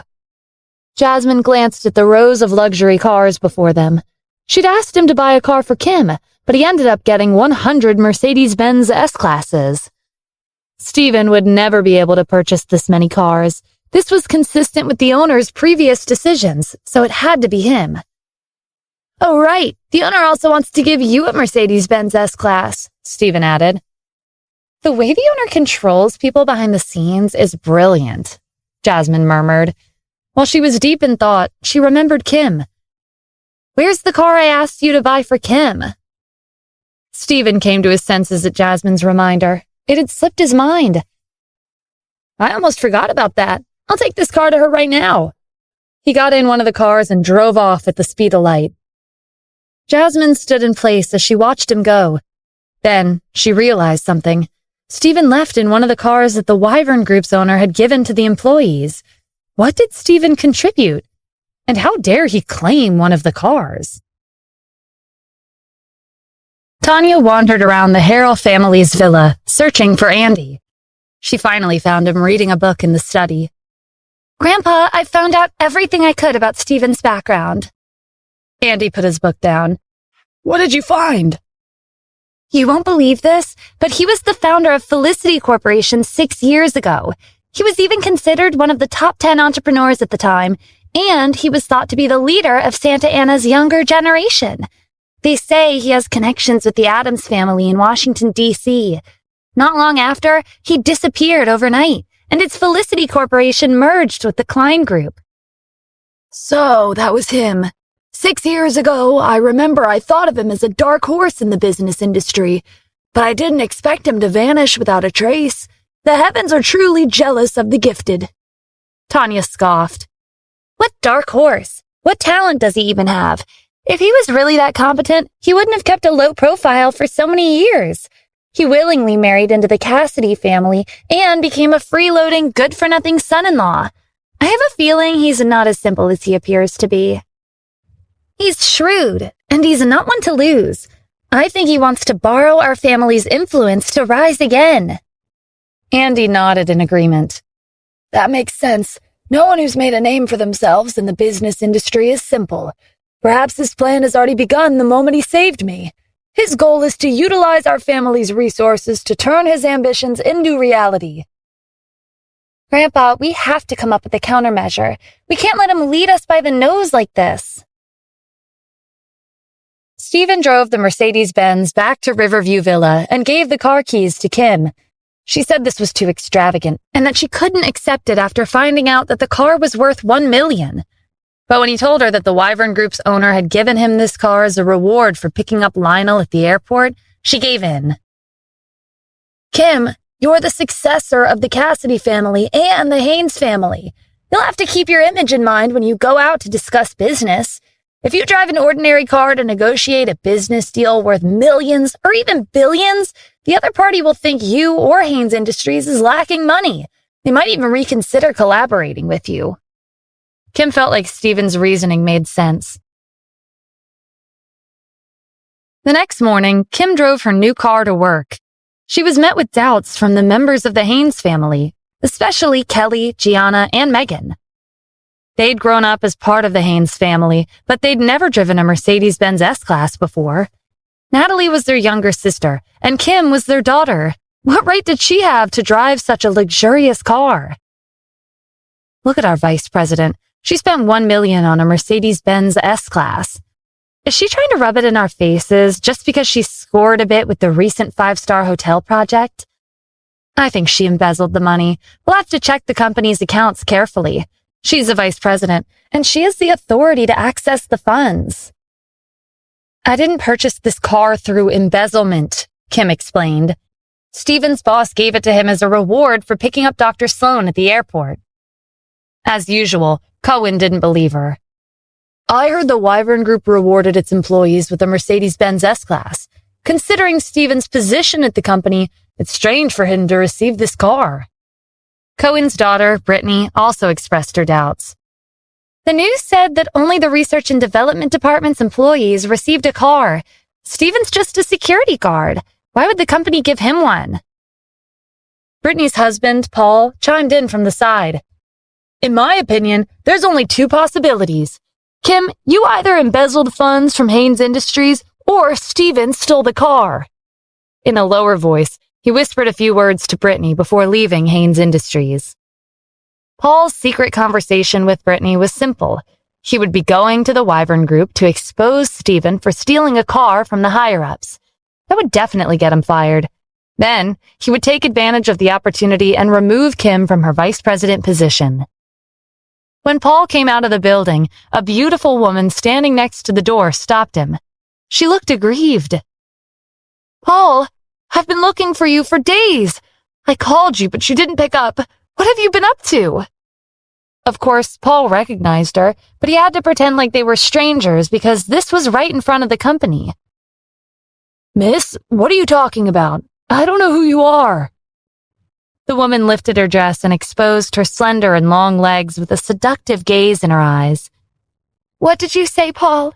It's been so long since we last met, but you don't miss me at all. Paul swallowed, and he felt an urge to take her to bed. Darling, why wouldn't I miss you? He put on a smile and whispered in her ear. Wait for me at the hotel we always go to. I'll be there soon. Okay, you have to come. I'll be waiting for you. Unfortunately for them, Stephen, who was sitting in his car parked across the street, saw the entire scene from afar. With his skills, even though he was quite a distance away, he could hear their conversation. Stephen had a vague impression of the woman. Her name was Eileen, and she was the same woman who'd made a fuss about the afternoon tea set at the tea house yesterday. This was an interesting coincidence. Stephen stepped on the gas and followed Eileen after she left in a cab. 30 minutes later, she stepped out and went inside a hotel. Stephen recalled that Eileen and her circle of friends had wanted to take pictures of the $18,000 tea and snacks yesterday so they could post them on social media. As it turned out, Eileen only wanted to pretend like she was wealthy for the attention. She could only afford a room at a hotel like this, where each night cost less than $200. 5 minutes later, Paul arrived and went inside. Stephen waited 10 minutes before heading in and going straight to the front desk. He took out a stack of bills. Which room did the man before me enter? The receptionist glanced at the money for a long moment. Just when Stephen thought he was going to accept, he shook his head. I'm sorry, sir. We can't tell you that for the sake of our guests' privacy. Is that so? Stephen took out another stack of bills. You can rest assured that I won't disturb your guests while they're staying at this hotel. The receptionist's eyes lit up.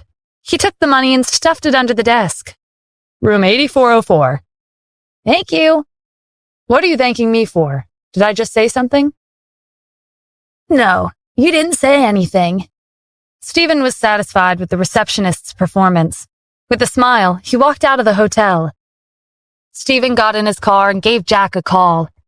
I'll give you 1 minute. Sneak the hidden camera equipment into room 8404. I need a live video of the room. As the Grand Palace Master, there were numerous hackers under his command. Setting up a hidden camera inside a hotel room was no big deal. There were no secrets as long as the palace was involved. In less than 30 seconds, Jack replied, Mr. Adams, it's been taken care of. Please check your phone. A live video of room 8404 appeared on the screen. Judging from the high quality, it seemed like the palace's technology was very advanced. The first thing Stephen saw was a scene that was inappropriate for children. He turned it off and waited for some time before turning it back on. In the hotel room, after an intimate moment, Eileen and Paul were laying in bed. You have to stand up for me. What's wrong? Yesterday, I went to that tea house everyone's been talking about lately. I don't know where this man and woman came from, but they shamed me in front of my friends. Although Paul hadn't been in Santa Ana for very long, he'd heard about the tea house. It was known for its afternoon tea set, which cost $18,000. Only the rich could afford it. Paul relied on his wife's status and wealth in the Haynes family. If Eileen provoked some big shot, there was nothing he could do about it. They didn't seem rich at all, but they ordered the afternoon tea set, Eileen said, taking out her phone.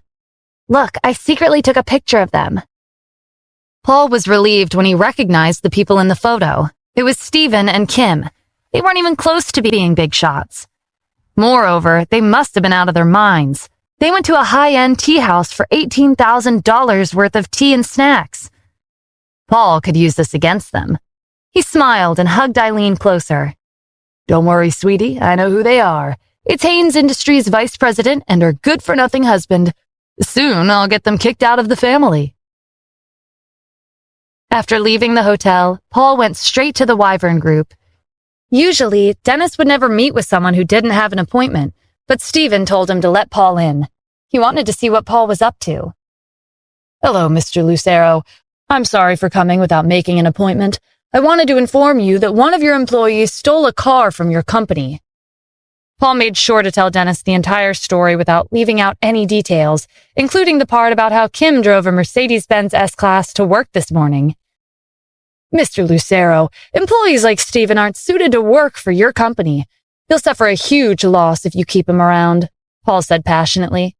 Also, when I get back to Haynes Industries, I'll make arrangements for someone to drive your company's car back to the Wyvern Group. Dennis waved his hand dismissively. There's no need for that. I was the one who gave Stephen that car. He has the freedom to decide whether he wants to give it to his wife or not. It's not my place to interfere. Paul was at a loss for words. Why would the Wyvern Group give Stephen a luxury car? Wasn't he just a security guard? Do you have any other questions? Dennis asked when he saw him in a daze. No, I'm sorry for wasting your time, Mr. Lucero. Paul suddenly felt like a fool. His plan to get rid of Kim and Stephen had failed. What made things worse was that when he left the Wyvern Group's building, he ran into Stephen. Well, if it isn't Uncle Cohen's son-in-law, what a rare guest at the Wyvern Group. Why are you here? Paul's mind raced as he tried to come up with an excuse. Before he could say anything, Stephen continued, as if he could read his mind. Did you meet with Mr. Lucero because you saw Kim driving the Mercedes-Benz S-Class to work this morning? Did you think that I stole that car? Were you planning on reporting me, right? No, of course not, Paul said quickly. It doesn't matter even if you did report me, because my boss gave me that car. I know, Paul said impatiently. He really didn't want to stand here and talk nonsense with Stephen. Noticing that Paul was in a hurry to leave, Stephen held out a USB. Don't be in such a rush. Since you're here, I'd like to give you a present. There's a video on the USB. Enjoy it when you return. I'm sure it'll be a nice surprise. What the hell is this? What video? Paul was confused, but he took the USB anyway. After leaving the Wyvern Group, he didn't head back to Haynes Industries right away. He went home, plugged the USB into his computer, and prepared to watch Stephen's so-called surprise. Paul didn't know what to expect, but he cursed under his breath as soon as the video played. It was him with Eileen at the hotel.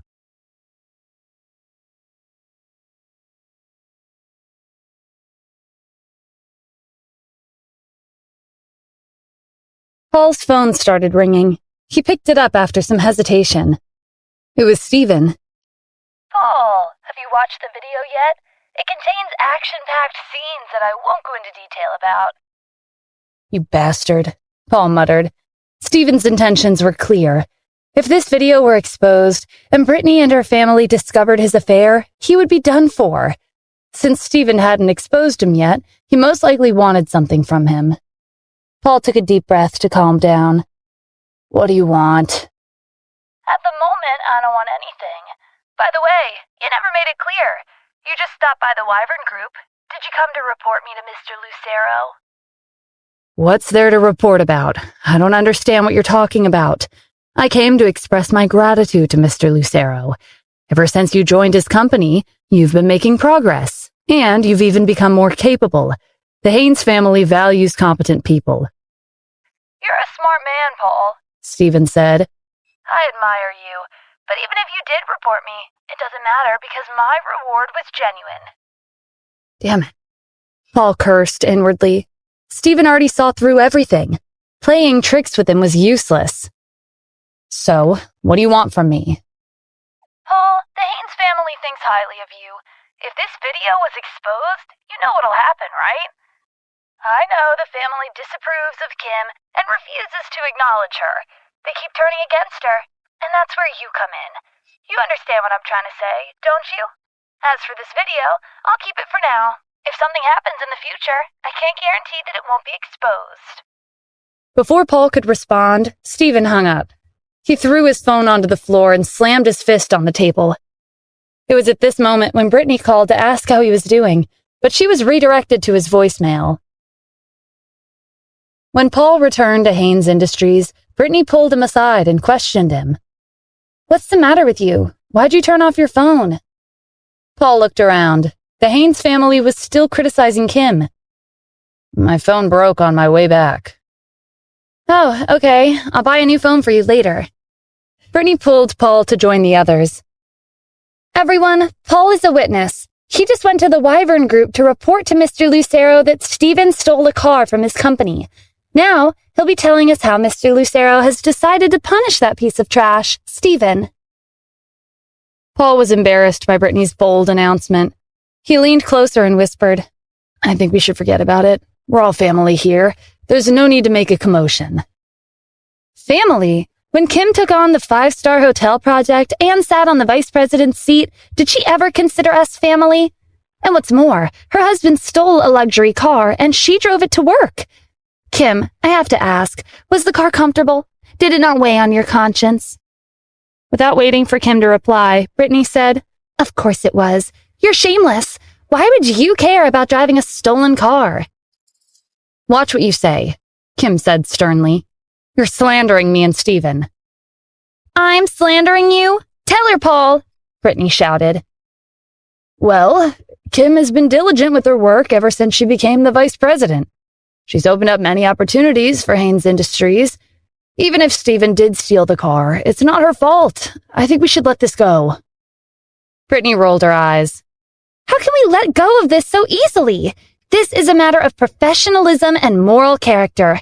Do you think someone who's okay with driving a stolen car deserves the vice president position?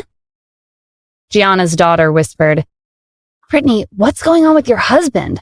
Why is he speaking up for Kim? Brittany frowned. She thought he was acting strange. Paul, stop stalling. Tell everyone what Mr. Lucero decided to do about Stephen. Paul sighed. All right, since you all keep insisting, I have no other choice. Mr. Lucero gave Stephen the car. He also asked me to let Kim know that her husband is an outstanding employee. That was the last thing anyone from the Haynes family had expected to hear. Not only did Stephen not steal the Mercedes-Benz S-Class, but he was also valued as an employee. Brittany was in disbelief. She'd spent so much effort scolding Kim, but it turned out that the car really was from Dennis. This was a blatant slap to her face. Brittany left the room in shame. The rest of the Haynes family trickled out of the room after her with dissatisfied expressions. They'd put on such an attention-grabbing farce in front of the employees. This was simply too disgraceful. Paul didn't go after Brittany. Instead, he went to a secluded corner and made a call. Hello, Smith? Hurry and come over. I'm in trouble. You have to help me. Otherwise, I'm done for. Okay, I'll be right over. Not long after, they met up at a hotel. You mean you've been caught? Smith asked in surprise. Paul, what's wrong with you? How could you make such an amateur mistake? After sneaking into Santa Ana, you caught the attention of a beautiful and rich girl. This was supposed to be our new beginning. If she or her family finds out you've been lying to them, you'll be kicked out. Do you want to live like a beggar again? It's not like I wanted to get caught. I really don't understand. How did Kim's useless husband get his hands on that video? That's not important. The important thing is to figure out how to resolve this problem. And how are we supposed to do that? Stephen had a video of him and Eileen making out in a hotel room. His life was in his hands. Stephen could release the video on a whim depending on his mood, and his peaceful days would come to an end. I have a plan, Smith said. Paul listened intently. You're a genius. With this money, we can return to our home country and live an extravagant life. Smith was a computer expert who could crack many company systems. Brittany was Haynes Industries' director of finance. As her husband, Paul was free to go in and out of her office. Brittany was also pregnant. She was constantly nauseous throughout the day. When the timing was right, Paul offered to shoulder half of Brittany's workload so she could relax and take it easy. Brittany thought that the relationship was secure now that they were married and she was pregnant. She placed her trust in Paul to complete the work on her behalf. 3 days later, Brittany felt nauseous while she was transferring funds. She had to leave the work to Paul, who was accompanying her to the office. Paul, the Eastern Sea Group is sending us $100 million. Deposit this money into our company's account. No problem. Leave it to me. Paul took a seat in front of the computer and glanced at Brittany, who was sitting next to him and watching him work. You're not feeling well. Why don't you take a nap while I handle this? That's very considerate of you. After helping Brittany lie down on the opposite couch, Paul got down to business. He sent a message to Smith, and soon $100 million was transferred into a foreign account without Brittany knowing. Paul was overjoyed when the deal was done. He found an excuse and left the building to meet up with Smith at an abandoned warehouse on the outskirts of the city. Paul and Smith looked at their bank accounts on the laptop screen and high-fived each other. $100 million. Smith, I think we'll be joining the ranks of the rich once we get back. We're not in the clear yet, Smith reminded him. Before the Haynes family finds out, let's book a flight and get out of this country. $100 million was a large amount of money, and it wouldn't be long before Haynes Industries found out. Just as Paul and Smith boarded a flight overseas, the company discovered the missing funds. The $100 million from the Eastern Sea Group had disappeared, and the finance department had reported the issue to Gordon. You let Paul handle a $100 million transfer? Call him over now, Gordon said. Calm down, Grandpa. Maybe there's a delay for some reason. Brittany took out her phone and dialed Paul's number. His phone was turned off again. What's going on? I just bought a new phone for him yesterday. Find him right now. Even if we have to dig 3 feet deep, we'll have to drag him back to Haynes Industries. With Gordon's order, the entire company got to work. In no time at all, Kim found a lead. Grandpa, Paul is on an international flight out of the country. He's heading to Europe. Are you sure? Yes, he's taken the money with him. I'm afraid our chances of getting him back to Santa Ana are slim. As for the $100 million he took, we'll need to find an alternative and integrate the funds into the relevant projects as soon as possible. If the funds are cut, the project will be forced to stop, and we'll be faced with hundreds of millions worth of compensation for breach of contract. Gordon gritted his teeth and pointed at Brittany accusingly. I thought your husband was a blessing for our family. It turns out he married you for our company's money. Brittany lowered her head as tears ran down her cheeks. She had nothing to say to defend herself. She'd been cheated. Gordon wasn't satisfied. He turned his attention to Cohen, And you, as someone who works in the government, shouldn't you have better judgment of people? You allowed a swindler into our Haynes family. Are you blind? Cohen felt wronged. He wasn't the only one who'd fallen for Paul's tricks. Gordon had complimented Paul when he first met him. Brittany's phone rang, and she answered the call as if it was her lifeline. It's Paul.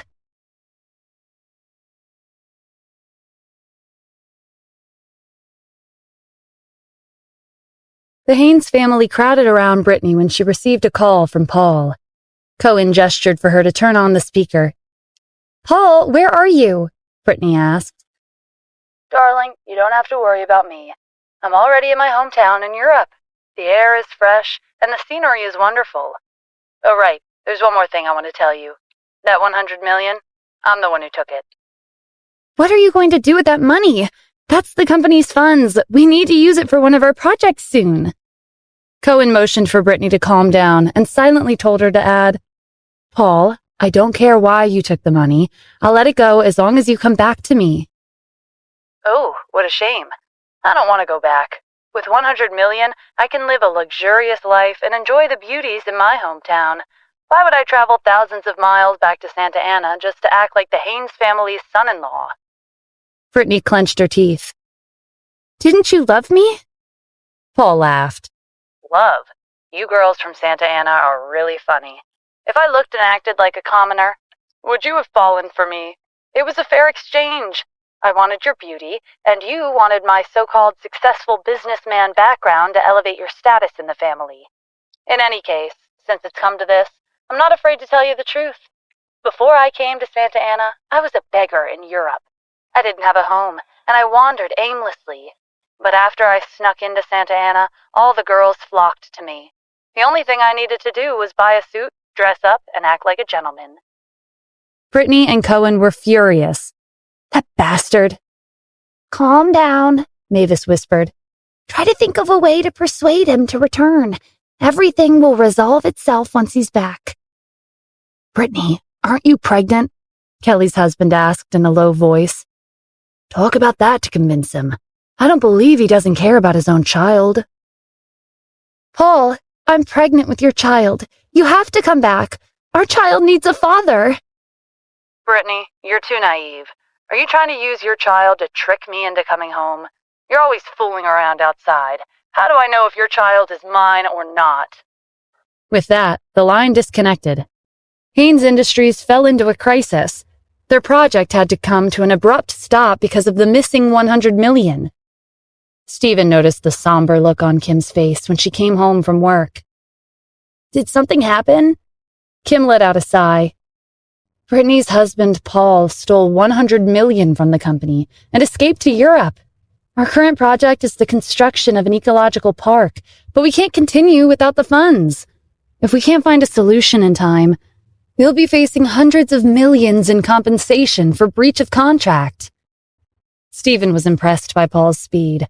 As soon as he realized that someone had leverage over him, he decided to drop the act and flee to Europe with a huge sum of money. After thinking for a moment, Stephen used the excuse of going to the bathroom to call Jack and inform him of the situation. Does the palace's influence extend to Europe? "Yes. The palace possesses half of the world's wealth and influence, and that includes Europe. I'll contact someone there and have them escort Paul back to Santa Ana." Stephen went back to the living room and sat next to Kim. "You don't have to worry. I promise that this will be resolved within 2 days." "Really?" Kim was skeptical, but lately everything he had said had come true by chance. It was like he had magic powers. At the Harrell family's villa, Tanya ran into the study to tell Andy the news. "Grandpa, I just heard that there's a financial crisis at Haynes Industries. Their ecological park project has to stop because they don't have the necessary funds. If they don't fix this soon, they'll have to pay a huge compensation fee for breach of contract." What happened to them? "I heard Gordon's grandson-in-law, Paul, ran away with 100 million to Europe. Stephen's wife, Kim Cassidy, is Haynes Industries' vice president, and she's most likely in a bind. Grandpa, think about it. If we help the Haynes family, we'll also be helping Kim. Whatever the case may be, Stephen did save you. We will repay the favor, and he'll have no more excuses to use to try and extort money from our family. Good idea, Tanya. You've definitely inherited my wisdom. The next day, Stephen accompanied Kim to Haynes Industries. Grandpa, don't worry about the money. Paul will be brought to justice soon, Stephen promised. As soon as these words were said, an employee from the finance department rushed into the conference room. Just a minute ago, $100 million was transferred into Haynes Industries' public account. Gordon was in disbelief. Are you sure? Yes, I've triple-checked the amount. Gordon glanced at Stephen. Was it he who transferred the $100 million? Stephen had just told him not to worry about the money, but he was only a freeloading husband. How could he have transferred this much money within a minute? But if it wasn't Stephen, then where did this $100 million come from? Gordon didn't think that Paul would ever willingly give the money back. Maybe it really was Stephen. Stephen noticed the stares from the Haynes family. It wasn't me. Jack said that Paul would be escorted back to Santa Ana within 2 days, so there was no need to transfer $100 million into Haynes Industries. The money that Paul stole would be returned to the company soon. Gordon smiled. Stephen, there's no need to be modest. We looked down on you in the past, but I didn't expect you to help our family out of our crisis. Don't take our past misunderstandings to heart. With a few words from Gordon, Kim's status in the family rose. Cohen and Brittany, who were standing to the side, weren't pleased with how things had turned out. Linda had lost her position at the company, and Brittany had been cheated on by her husband. They were no longer in Gordon and Mavis's favor. With the $100 million investment, Haynes Industries returned to normal, and the ecological park project could progress as scheduled. Stephen, this is a land purchase agreement between our company and the Harrell Group, Kim said. Could you help me deliver it? I have to take care of other business. No problem. Stephen took the contract and left Haynes Industries. He got in the car and gave Jack a call. Haynes Industries received a $100 million investment. Wasn't you, right? Of course not. It's your wife's company, but I wouldn't take action without your instructions. That's strange. If it wasn't you, then who's helping the Haynes family? I'll investigate right away, Mr. Adams.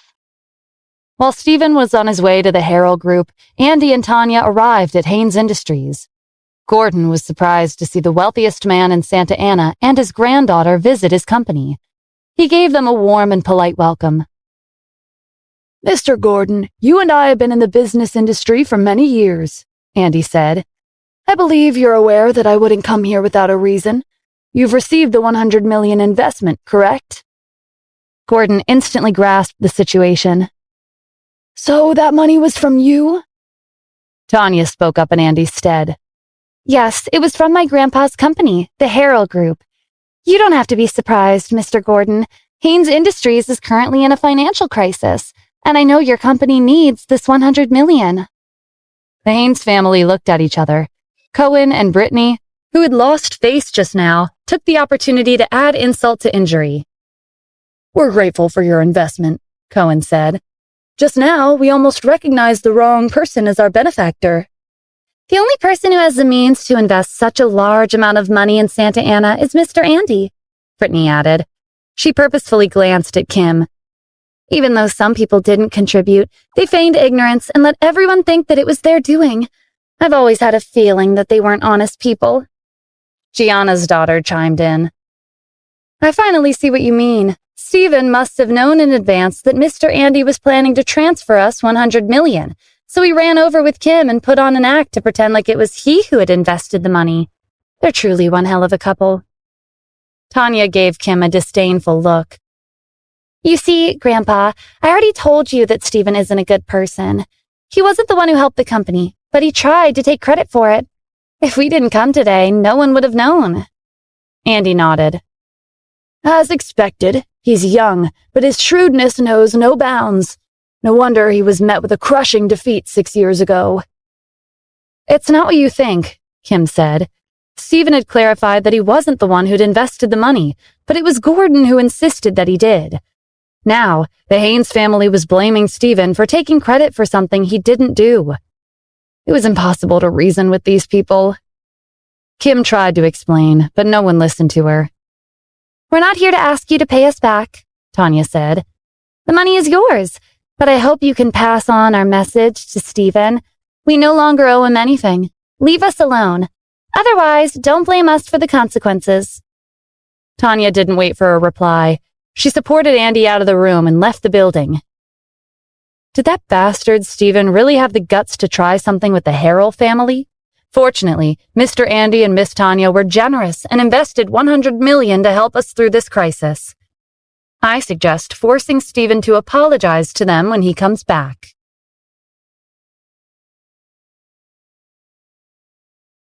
When Stephen arrived at the Harrell Group, Jack sent him a message. It was Andy who invested $100 million into Haynes Industries. From their previous encounters, Andy and Tanya didn't seem to have a very good impression of him. With their family's resources, it would have been easy for them to investigate his identity. They had to have known his connection with the Haynes family. Andy and Tanya had no reason to help them, so why did they invest $100 million? Stephen was deep in thought as he handed the contract to the CEO's receptionist and walked out. At the entrance, he bumped into Andy and Tanya. Stephen, what are you doing here? Tanya asked cautiously. I'm just here to give you a document. I don't believe you. You're obviously here to meet with us. How are you planning to extort a fortune from our family? You're crazy. Stephen walked past them and headed straight for the exit. Stop right there, Tanya called out. You saved my grandpa, and we're indebted to you. But if you want to use our family's wealth to achieve your personal goals, I'm telling you right now that it won't happen. I believe you already know that we're the ones who invested $100 million in Haynes Industries. That's enough to get their project going again. You saved my grandpa's life, and we helped your wife's company get through its crisis. Think of this as us repaying the favor. In the future, please stay away from our family. Stop thinking about taking our wealth. Stephen turned around. To me, your family's wealth is nothing more than pocket money. I don't care about a few $100 billion. Andy frowned. Young man, you can be arrogant, but you shouldn't be ignorant. You'll have to pay the price for your ignorance someday. Mr. Andy, I suggest you stop acting so conceited. The reason I saved you that day wasn't that you're the richest man in Santa Ana. If it were anyone else, I still would have saved them. Also, if Haynes Industries runs into any problems, we'll resolve them on our own. We don't need your help. Tanya crossed her arms. Since you don't think much about our investment, then please return the $100 million to our company. I'll give it back, but not now. After they catch Paul and bring him back to Santa Ana, Stephen would make him return the $100 million he stole. Tanya laughed. I thought you were just arrogant, but it turns out you're capable of bluffing, too. I don't think you can afford to pay us back. Just consider the $100 million as a gift from us. I have nothing more to say. I'll return the money soon, Stephen said coldly. He ignored them and walked out. Meanwhile, in a small town across the ocean, Paul and Smith were enjoying themselves at a bar. Both of them had their arms around two beautiful women. They ordered the most expensive wine, and they gave extravagant tips to the women for their services. A group of burly-looking men walked up to them. Wesley? Paul and Simon sat up. Wesley was the head of the community gang. He had a close relationship with the police. In this town, Wesley had more influence than the sheriff. Their hometown was a mess, and criminal activity was rampant. Restrain them. At Wesley's command, 4 men came forward and dragged Paul and Simon to their feet. Why are you doing this to us? We've always followed your rules, and we've never offended you. That's right, you didn't do anything to me, Wesley said. Even if you did, I wouldn't deal with you personally. But you did offend someone else you shouldn't have. He reached into his pocket and pulled out a photo. Paul's eyes widened. Stephen? Yes, he's the one you messed with. Mr. Adams is the Grand Palace Master. Do you know him? Even the boss of my boss is nothing when it comes to the palace. Wesley was already powerful enough, but if the boss of his boss was nothing more than small fry to the palace, just how terrifying was the Grand Palace Master? Paul had no choice but to come clean. Yes, I know him. I took 100 million from his wife's company. 100 million. Paul, you sure are courageous. Wesley signaled to his men. Drag them outside and get the money back. If it's necessary, you may use force. After that, send them back to Santa Ana by boat. The next day, Paul and Smith were taken into custody by Santa Ana's police department. They even brought back the 100 million they stole. Although they were resilient, Wesley had plenty of methods to make them comply. The police department immediately notified the Haynes family. After finding out that the culprit had been brought to justice and that the 100 million funds had been recovered, they could finally relax. The next item on their agenda was Stephen. Since the crisis was over, Cohen regained a part of his original status in the family. He took the initiative to remind the family, "If it weren't for Mr. Andy and Miss Tanya, our family could have been ruined. It was their money that saved our company, and Stephen tried to take credit for it. It's time to bring him to the Harrell family and make him apologize in person. Is everyone in agreement?" "Yes," Kelly's husband said. Megan's husband raised his hand. "I agree as well." "Since everyone agrees, Kim, call him and tell him to come to our house," Gordon said. Kim was worried after everyone turned their attention to Stephen. She gave him a call and told him what was going on. Half an hour later, everyone was gathered in the Haynes family's courtyard. "I don't owe the Harrell family anything," Stephen said. He recalled the incident at the airport.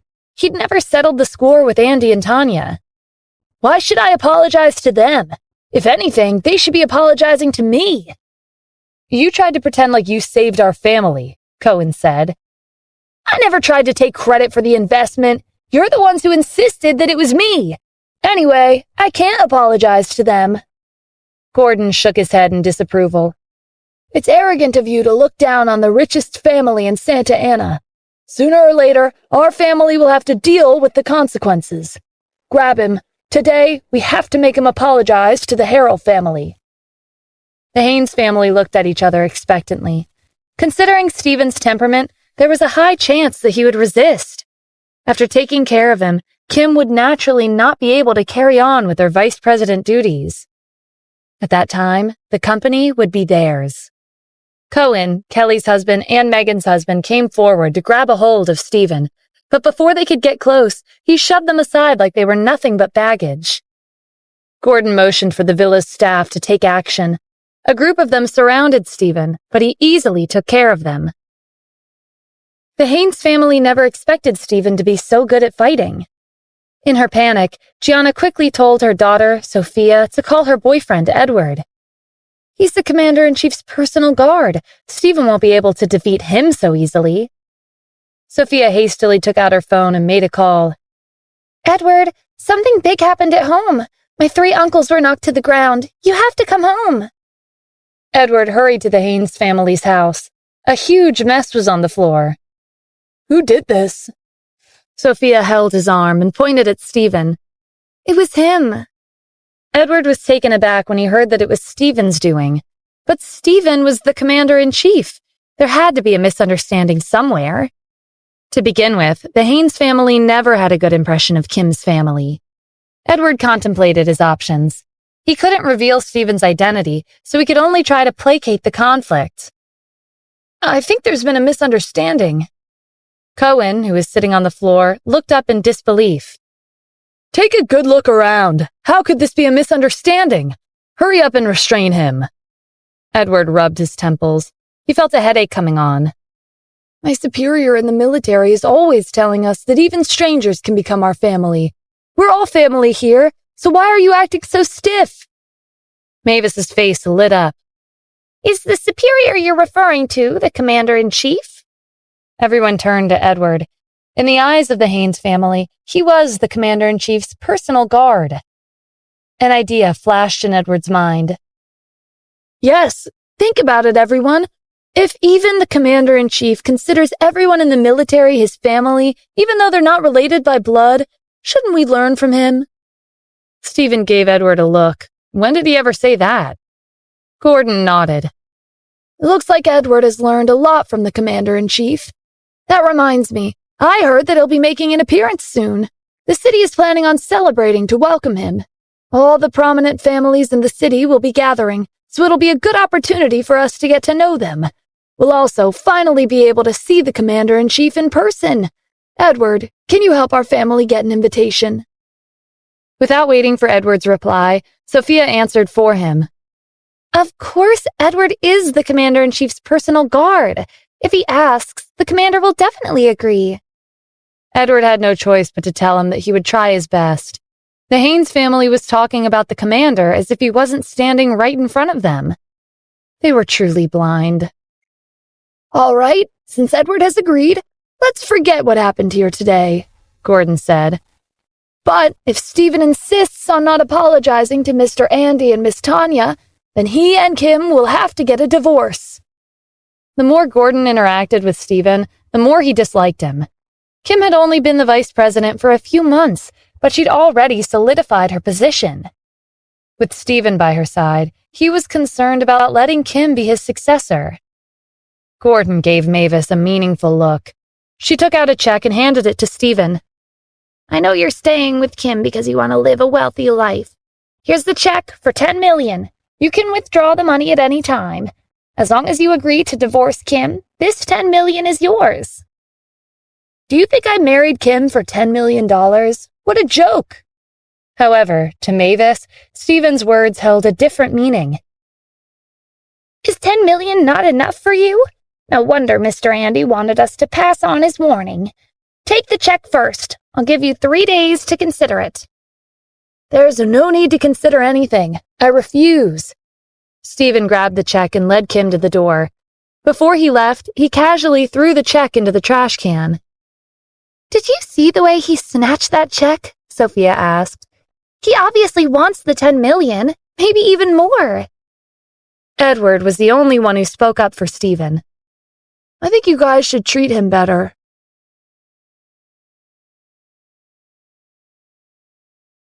Not long after Kim and Stephen left, one of the Haynes family's staff caught a glimpse of the $10 million check in the trash can and snagged it when no one was looking. They returned to Riverview Villa. "Don't worry, Stephen. I don't want a divorce." "I know," Stephen said. "But I'm afraid today won't be the last time we hear about it. They're scared because you're the successor and I'm your husband. They think I'll take their assets. The same thing happened when we were in Los Angeles." "Then I'd rather just not be the successor," Kim replied. "You earned that position through hard work, Kim. You deserve it. Why should you give it up?" To Stephen, the Haynes family wasn't worth much, but Kim had put in a lot of effort to maintain her position and make the company grow. Even if he didn't think too much of Haynes Industries, he couldn't let Kim's hard work go to a waste. "I have an idea," Kim said after a silence. "I want to set up my own company. Rather than putting up with other people, it's better to be my own boss. When the time comes, I can use the money however I want. The Haynes family won't be able to do anything about it, and they'll have no more reasons to hound us for a divorce." Stephen was touched. "Okay, that's a good idea. I'll support you." She wouldn't have to worry about getting funding. Ever since Alexander Klein, the president of Santa Ana Bank, tried to scheme against her last time, the CEO had become aware of Stephen's identity. If Kim went to the same bank to ask for a loan, it wouldn't be difficult for her request to be approved. It didn't take long for Kim's plan to establish her own company to reach the Haynes family. They were especially fixated on the fact that when Kim went to Santa Ana Bank for a loan, the CEO had personally come down to greet her. Coincidentally, Brittany and Kelly were also at the same bank at this time. But unlike Kim, they had to wait in line. 1 hour later, they called out to Kim just as she was leaving. "Kim, your face is glowing. Was your loan approved?" Is that even a question? Her husband got $10 million yesterday, and she spent a night with the CEO of the bank. She can easily get a few $100 million worth of loans. With everything going her way, how could she not be on cloud 9? You're right. Us ordinary people have to line up. We'd better learn how to be shameless like her.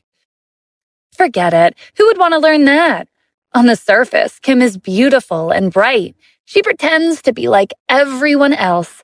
But behind the scenes, she does all these disgusting things. Kim was annoyed by their ridiculous gossip. Stop talking nonsense. That never happened. Also, what 10 million are you talking about? Stephen didn't take the check. Are you sure about that? Kelly asked. Silly girl, I think you've been deceived. When Stephen left the house yesterday, he was still holding on to that check for 10 million. We all saw it with our own eyes. And in less than an hour, that check was cashed out, Brittany added. In my opinion, Stephen sold you for 10 million. Think about it carefully. Isn't it obvious that you've been tricked? He led you to suggest giving up your position as vice president to establish your own company. Kim's heart wavered for a moment, but she still believed in Stephen. No, that's impossible. I'll go home and talk with Stephen to clear things up. When Kim went home, she told Stephen about her conversation with Kelly and Brittany. Kim, I swear I threw that check away. Okay, I believe you. Although Kim didn't doubt him, Stephen decided to make another trip to the Haynes family's house to prove his innocence. The trash can by the door hadn't been emptied, but the check for 10 million had disappeared without a trace. Coincidentally, just as the Haynes family was about to head out, they witnessed Stephen fumbling and searching through the trash can. You greedy bastard, Gordon gritted out. Taking 10 million wasn't enough, but you tricked my granddaughter into establishing her own company? You're ruining her life. What are you doing here? Mavis asked in annoyance. Do you think our house is some kind of treasure trove? Do you think our trash cans are treasure chests? Stephen set the trash can back on the floor. This is a misunderstanding. I didn't take your 10 million. I threw it away when I walked out the door. Brittany snickered. Who would believe that? I saw Kim take out 10 million to bribe the CEO to get her loan approved. She most likely slept with him last night. Didn't you know about that? Stephen fixed her with a glare that sent chills down her spine. Brittany, listen carefully. You can insult me, but not Kim. If I hear you spreading rumors about her again, I won't let it go. Brittany shrunk back and didn't say anything else. After all, no one here could beat him in a fight. Cohen stepped in front of Brittany. Are you trying to bully her because she's telling the truth? You said you threw the check away, but why did we receive a notification that the money was cashed out? You didn't have to run over and intentionally put on an act. We know very well what kind of person you are. I said I didn't take it. Anger laced Stephen's tone. Edward quickly interjected to prevent the situation from escalating. Everyone, calm down. Maybe Stephen really didn't cash out the 10 million. To the Grand Palace Master, a mere 10 million was equivalent to pennies. Who else could it have been besides him? Edward, what happened to you? Lately, you've been speaking up for him. The rest of the Haynes family hadn't noticed until Cohen brought it up. All eyes fell on Edward, and he felt a little self-conscious. Well, I just think we should all treat Stephen better. Maybe in the future he'll become someone you'll all be proud of. That's impossible, Gianna's husband said. Even if someone in our family does achieve an incredible feat, it won't be him. Edward, I know you've developed an eye for potential after serving the commander, but you don't have to be optimistic about Stephen. Gianna agreed. That someone will be you, Edward, not Stephen. Edward let out a helpless sigh. Everyone in the Haynes family was so stubborn. Forget it. I'll go investigate. Edward was part of the special forces after all. It didn't take long for him to narrow down the suspects to one of the villa's staff. He found the culprit and brought him back home. The staff kneeled on the floor in front of the Haynes family and admitted his mistake. I'm sorry. I was confused for a moment yesterday. I saw Mr. Stephen carelessly toss the check for 10 million into the trash, so I thought, wouldn't the money go to waste if no one uses it? I secretly took the check, forged Mr. Stephen's ID, and cashed out the 10 million. But I only spent a few $100s. Edward was so efficient that Stephen couldn't help but look at him in a new light. Having Xavier train him personally would be a good idea. Stephen's cold glaze swept around the room. You all heard what he said. I didn't take the 10 million check. So what if you didn't take it? Who knows what you were planning when you threw it away? Maybe you hid it in the trash, and when the house was empty, you would secretly take the check back and cash out the money, Cohen said. That's the only explanation, Brittany said. But his plans were foiled when our villa's staff saw him throwing it away. Kelly's husband joined in. You're right. If he wasn't thinking that, he wouldn't have advised Kim to establish her own company. The rest of the Haynes family thought it over and agreed. Stephen was dumbfounded. You can say whatever you want, but when Kim has her own company, you won't have to worry about me coveting your family's assets. At the Grazing Corporation, Austin and Marvin were discussing their next move in the CEO's office. Austin slammed his fist on the desk. Stephen is like a worm with 100 lives. He survives every single time. We were so close to destroying the Wyvern Group and getting Stephen and Dennis locked up, but they somehow turned things around. Marvin sighed. Stephen's really lucky. We've targeted him several times, but all of our plans have gone down the drain. We can't let him get his way anymore, Austin said. He even defeated Melinda. If I get rid of him, it would be a noteworthy achievement to the Addams family. That's true. By the way, I heard the commander-in-chief will be showing his face in public soon. The city will be organizing a celebration for him, and many people will be attending. I heard about that. He's the leader of the 4 great generals. He led them to victory during a decisive battle 6 years ago. He's so young, but he's already a hero. Yes, if we can establish a relationship with him, even if we end up as acquaintances, that will be more than enough for us to run rampant in Santa Ana. At that time, whether it's Stephen, the Wyvern Group, Andy Harrell, or the Commerce Guild, we'll crush them all. Austin was motivated by Marvin's passionate short speech. They were interrupted when Austin received a call. Good news. Just now, my informant reported that Kim's father, Kyle Cassidy, has arrived in Santa Ana.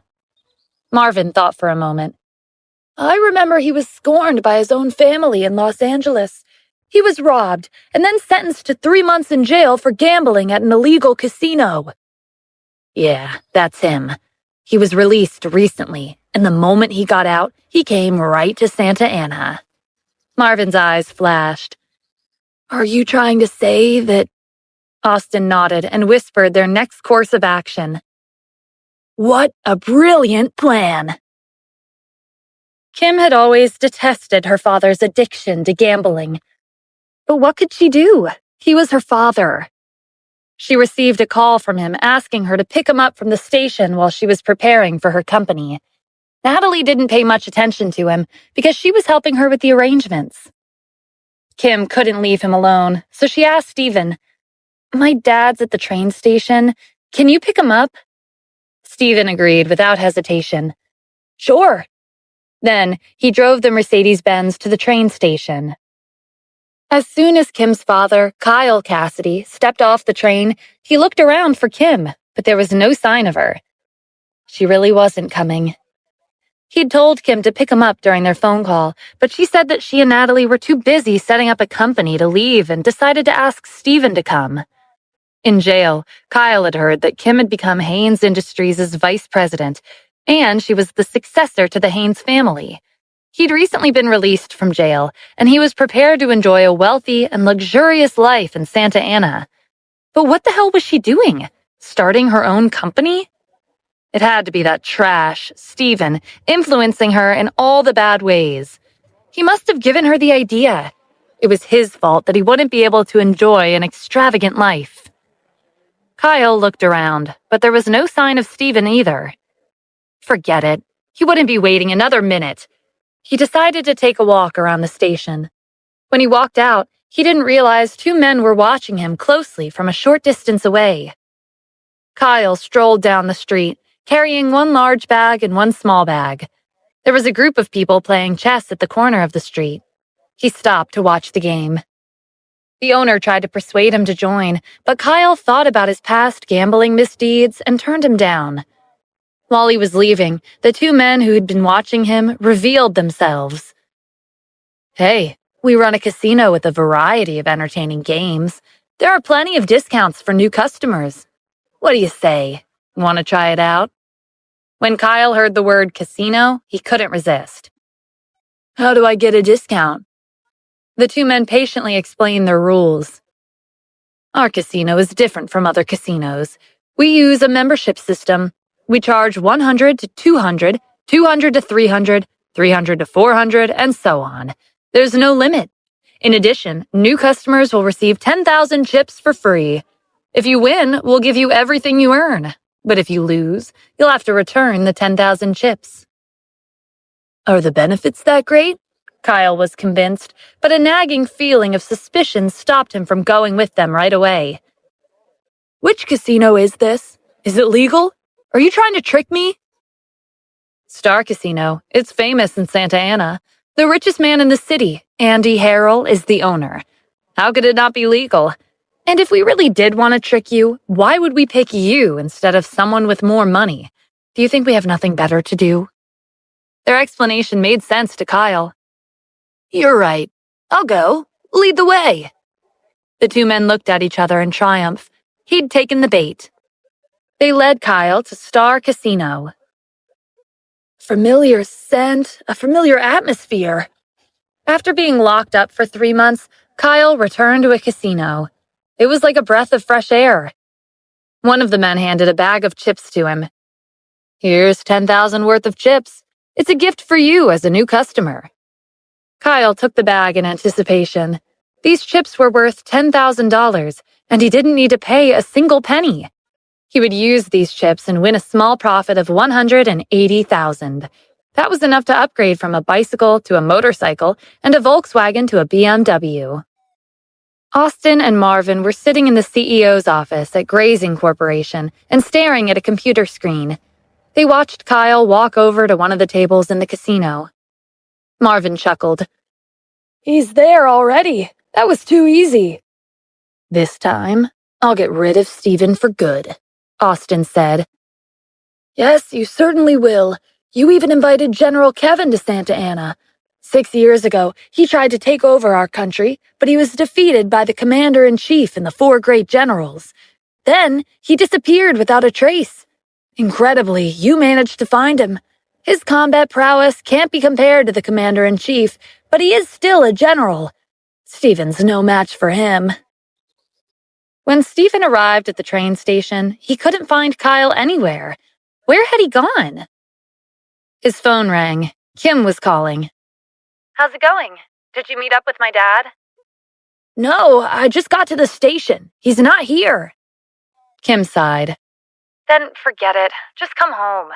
Sorry for wasting your time. My dad just called and told me he was taking a walk. He said he'll call again in the evening for us to pick him up." "You don't think he's gambling again, do you?" "Why would he do that? He was arrested at the casino and spent 3 months in jail. He just came out, so why would he go to that kind of place again?"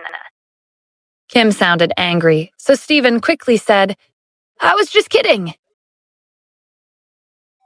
1 hour later, Kyle was still at Star Casino. His 10,000 chips had been used up. This was not looking good, because his debt from gambling had only recently been paid off. "Hey, you don't have any chips left?" the man sitting across from him asked. "If not, then get out of here." Kyle was reluctant to lose his 10,000 chips just like that, but because he recently got out, he was short on money. "What are you yelling for?" While he was hesitating, the man who brought him here earlier pulled out a stack of bills and placed it in front of him. "Hey, do you want me to lend you some?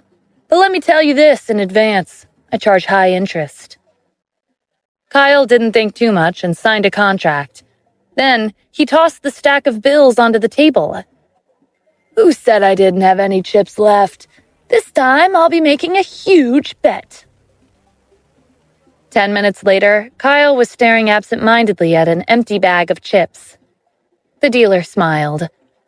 "Are we still playing?" Kyle reached into his pockets. They were empty, just like the bag in front of him. He turned to the two men who'd brought him here. Can you lend me more money? I'll return it later. You want to borrow more money?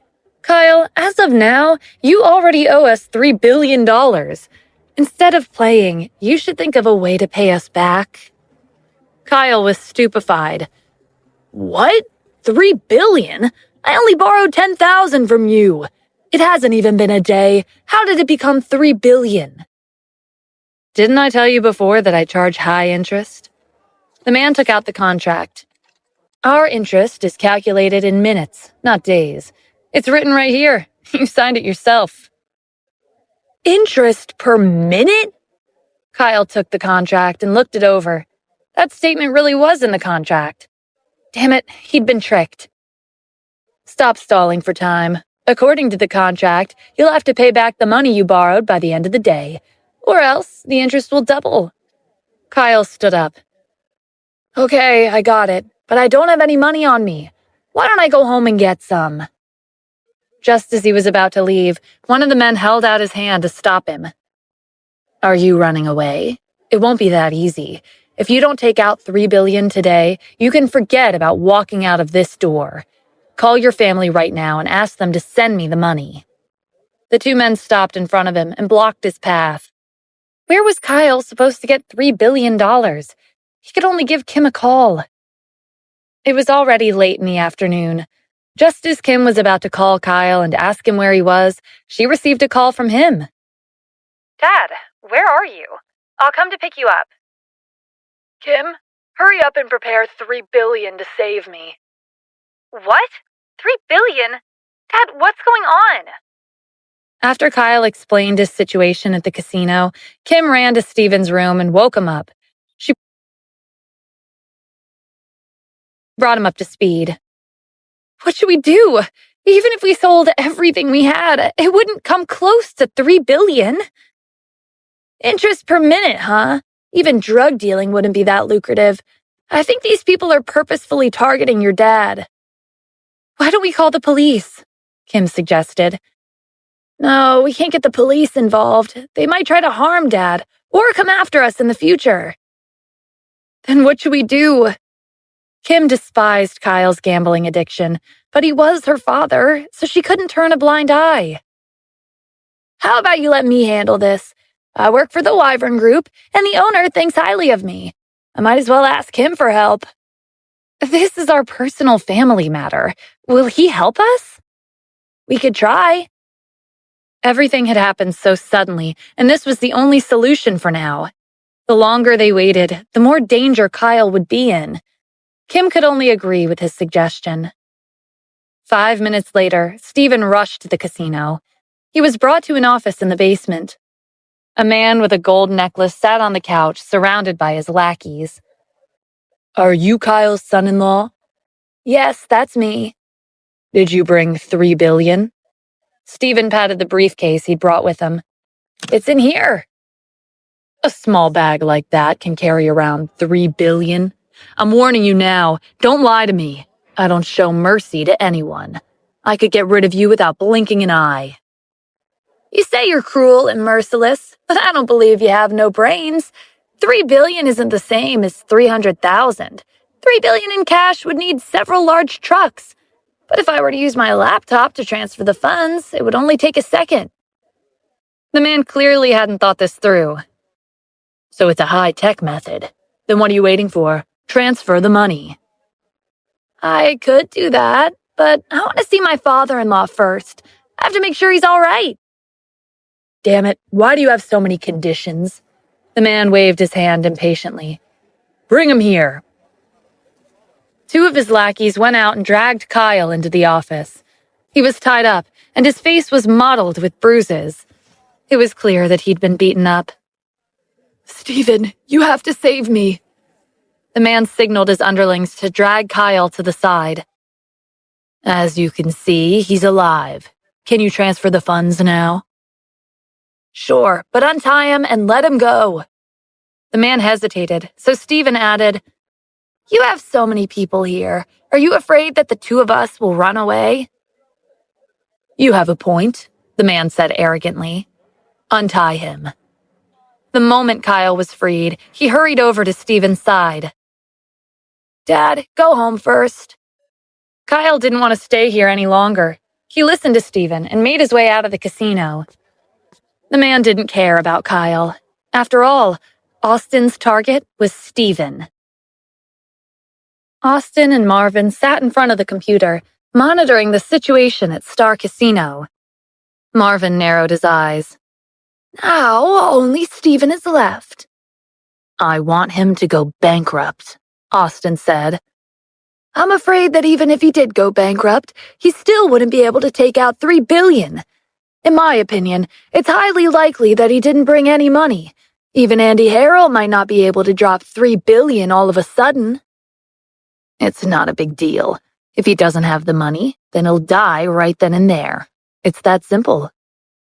Before we get rid of him, I have another idea. I heard that Stephen's wife, Kim, is one of the most attractive women in Los Angeles. When they married, everyone mocked him for not matching up to her. Don't you think it would be a waste to leave a trump card like hers alone?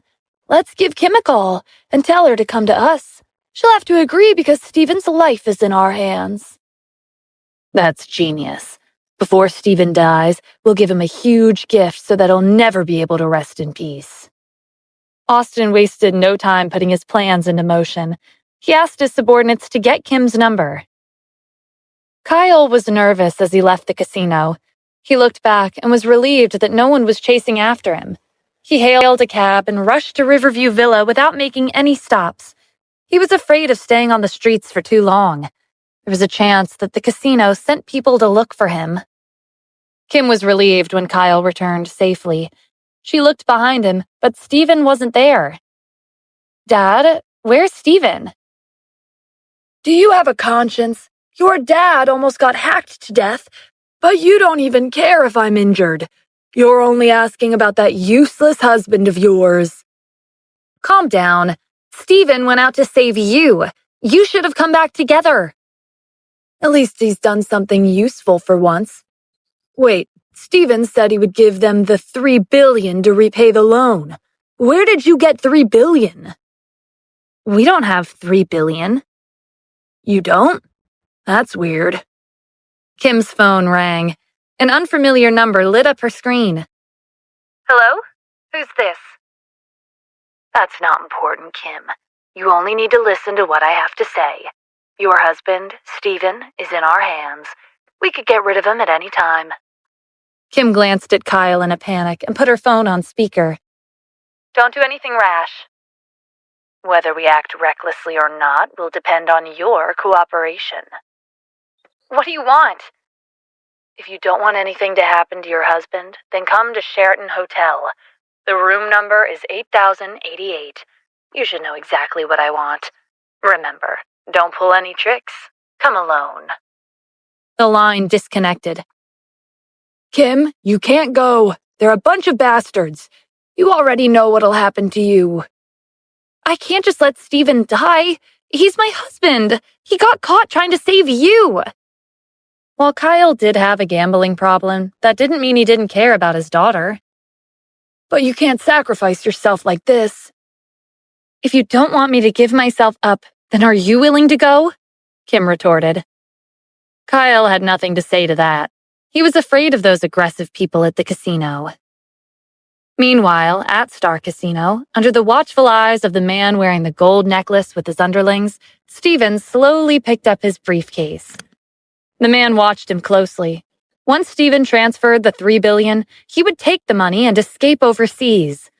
As for Austin and Marvin, who cares? They were nothing in the face of $3 billion. But to his disappointment, the briefcase was empty.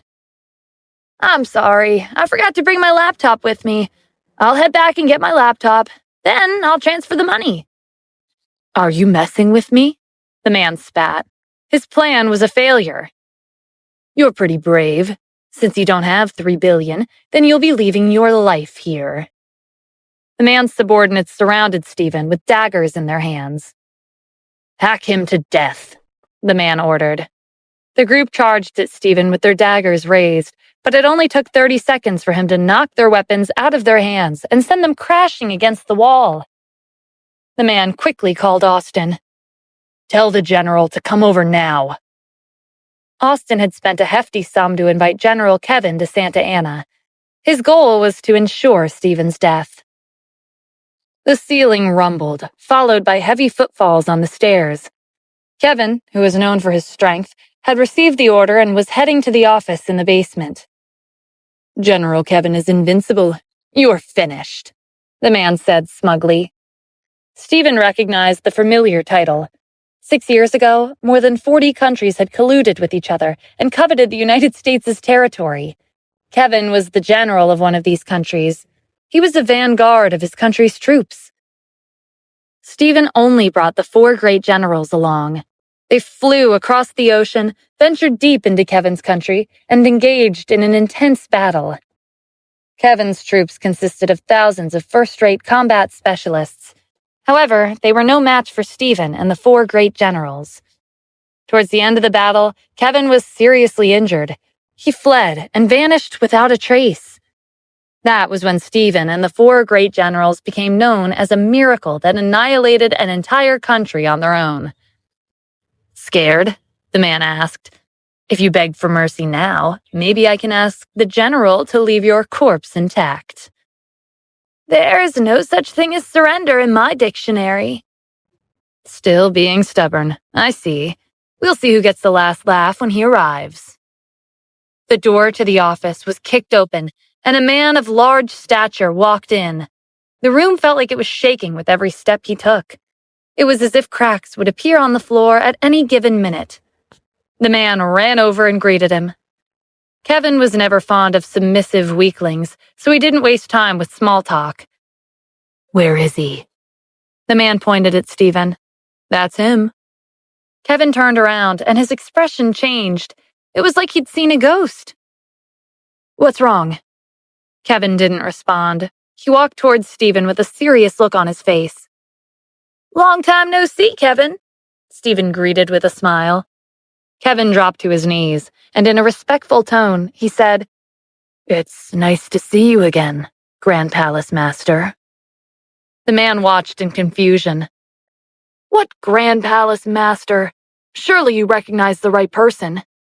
Kevin glared at him. "Are you questioning my judgment?" The man lowered his gaze.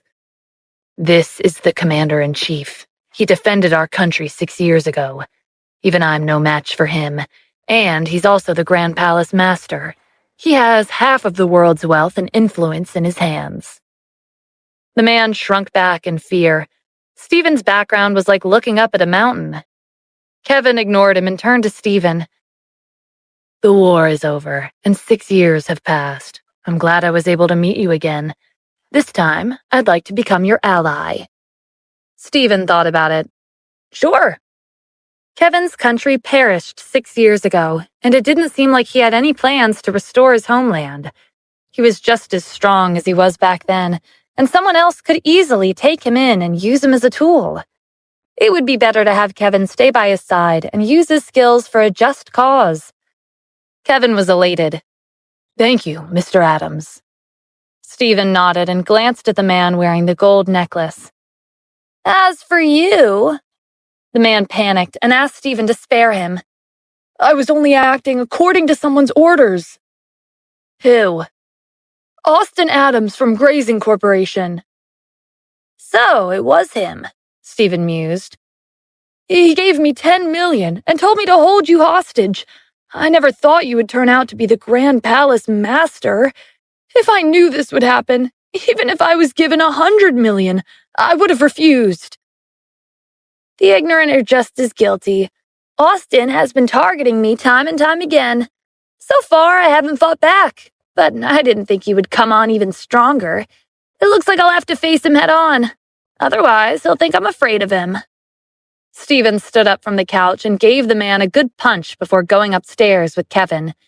He was about to head directly to the Grazing Corporation to find Austin, but Kim might be worried about him, so he decided to go home first. When Stephen returned to Riverview Villa, he saw Kyle anxiously pacing in front of the door. Why are you alone? Where's Kim? Kyle was surprised to see Stephen. He told him everything that happened. That was obviously a trap. How could you let Kim go alone? But now wasn't the time to point fingers. Saving Kim was more important. Riverview Villa was a good 3 miles away from the Sheraton Hotel. Considering the traffic jam in the city, it was too late to drive any sports car. And he couldn't ask the military base to send over a helicopter like last time. It would take at least 5 minutes for the helicopter to arrive. Stephen was in a race against time.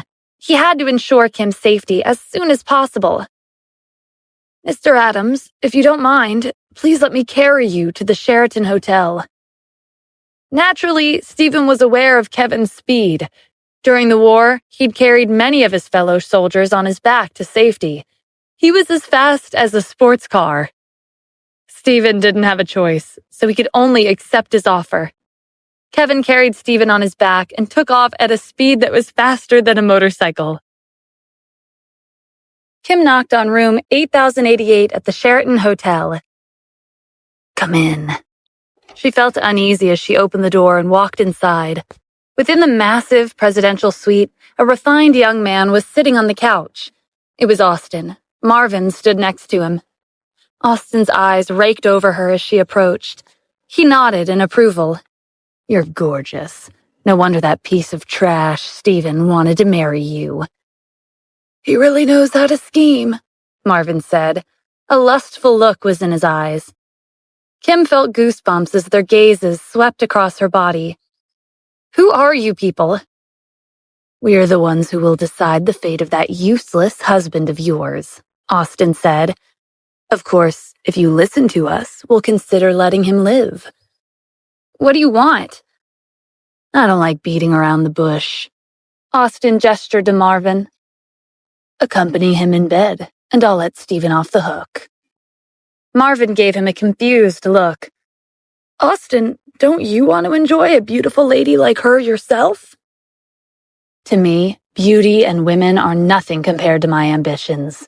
What I want is far grander. However, I know these things are important to you, so I'll let you have her. Austin headed to the door. Enjoy yourself. Thank you, Austin. As Austin's subordinate, Marvin thought he would only be able to trail behind him and salvage the leftovers. Unexpectedly, he'd hit the jackpot. The door closed, and Marvin and Kim were left alone in the room. Miss Kim, don't be afraid. I'll be very gentle. Elsewhere in the city, one particular traffic police officer entered a room filled with large monitors. He'd lost his job recently, but thanks to his girlfriend who worked as a police officer, he'd gotten a new job as a traffic policeman. His daily job consisted of him standing guard in front of the monitors and keeping an eye on the streets. Although work was boring, he was still earning a salary. Today was the same as usual. He stood guard in front of the monitors. But all of a sudden, he witnessed a man with a large frame carrying a young man on his back. His body was as light as a swallow, and his steps were swift like he was flying. The monitor indicated that he was moving at a speed of 100 miles per hour. Was this man an alien? The man the traffic police officer had spotted was Kevin, and Stephen was on his back. He was the general of a fallen country, and his nickname was Hermes' Vanguard. There was rumors that the maximum speed he could achieve was 120 miles per hour by relying solely on the strength of his feet. Kevin sped down the main road with Stephen on his back. They were a blur to pedestrians and cars. When they ran past, it felt like a hurricane had just blown over. 5 minutes later, Kevin and Stephen arrived at the entrance to the Sheraton Hotel. Stephen looked up at the building and confirmed the location of room 8088. He pulled out a javelin and tied a long rope at the end. He picked up the device and tossed it. The javelin soared through the air like a rocket. Stephen tugged on the rope, and he was hauled into the air. When room 8088 was within reach, Stephen stopped ascending and dangled from the corner of the railing. He let go of the rope and jumped through the window. The glass shattered as he rolled to a stop at the center of the room.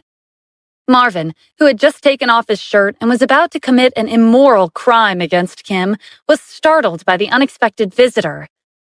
Kim was relieved when she saw that it was Stephen. I'm sorry I'm late. Stephen went over to Kim and pulled her behind him protectively. He glowered at Marvin. How dare you lay a hand on my wife? Stephen, why are you here? Weren't you? Marvin trailed off, but Stephen finished for him. Supposed to be at the casino? Supposed to be dead? It looked like you played a huge part in this. Austin even hired General Kevin for a high price. You defeated Kevin? Who exactly are you? Although 6 years had passed since Kevin was a general, there was no doubt that his strength was unmatched.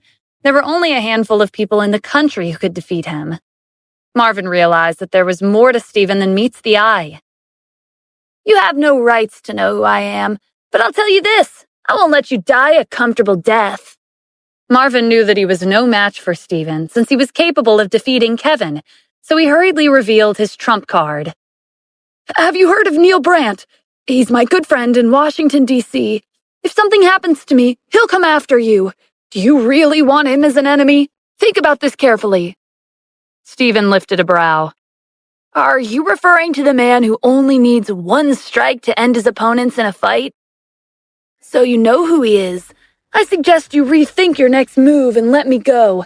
Neil is famous for his combat strength. He's faced many enemies in the past 30 years, but he's never been defeated. He does indeed sound like a fearsome opponent. Kim, you should leave first.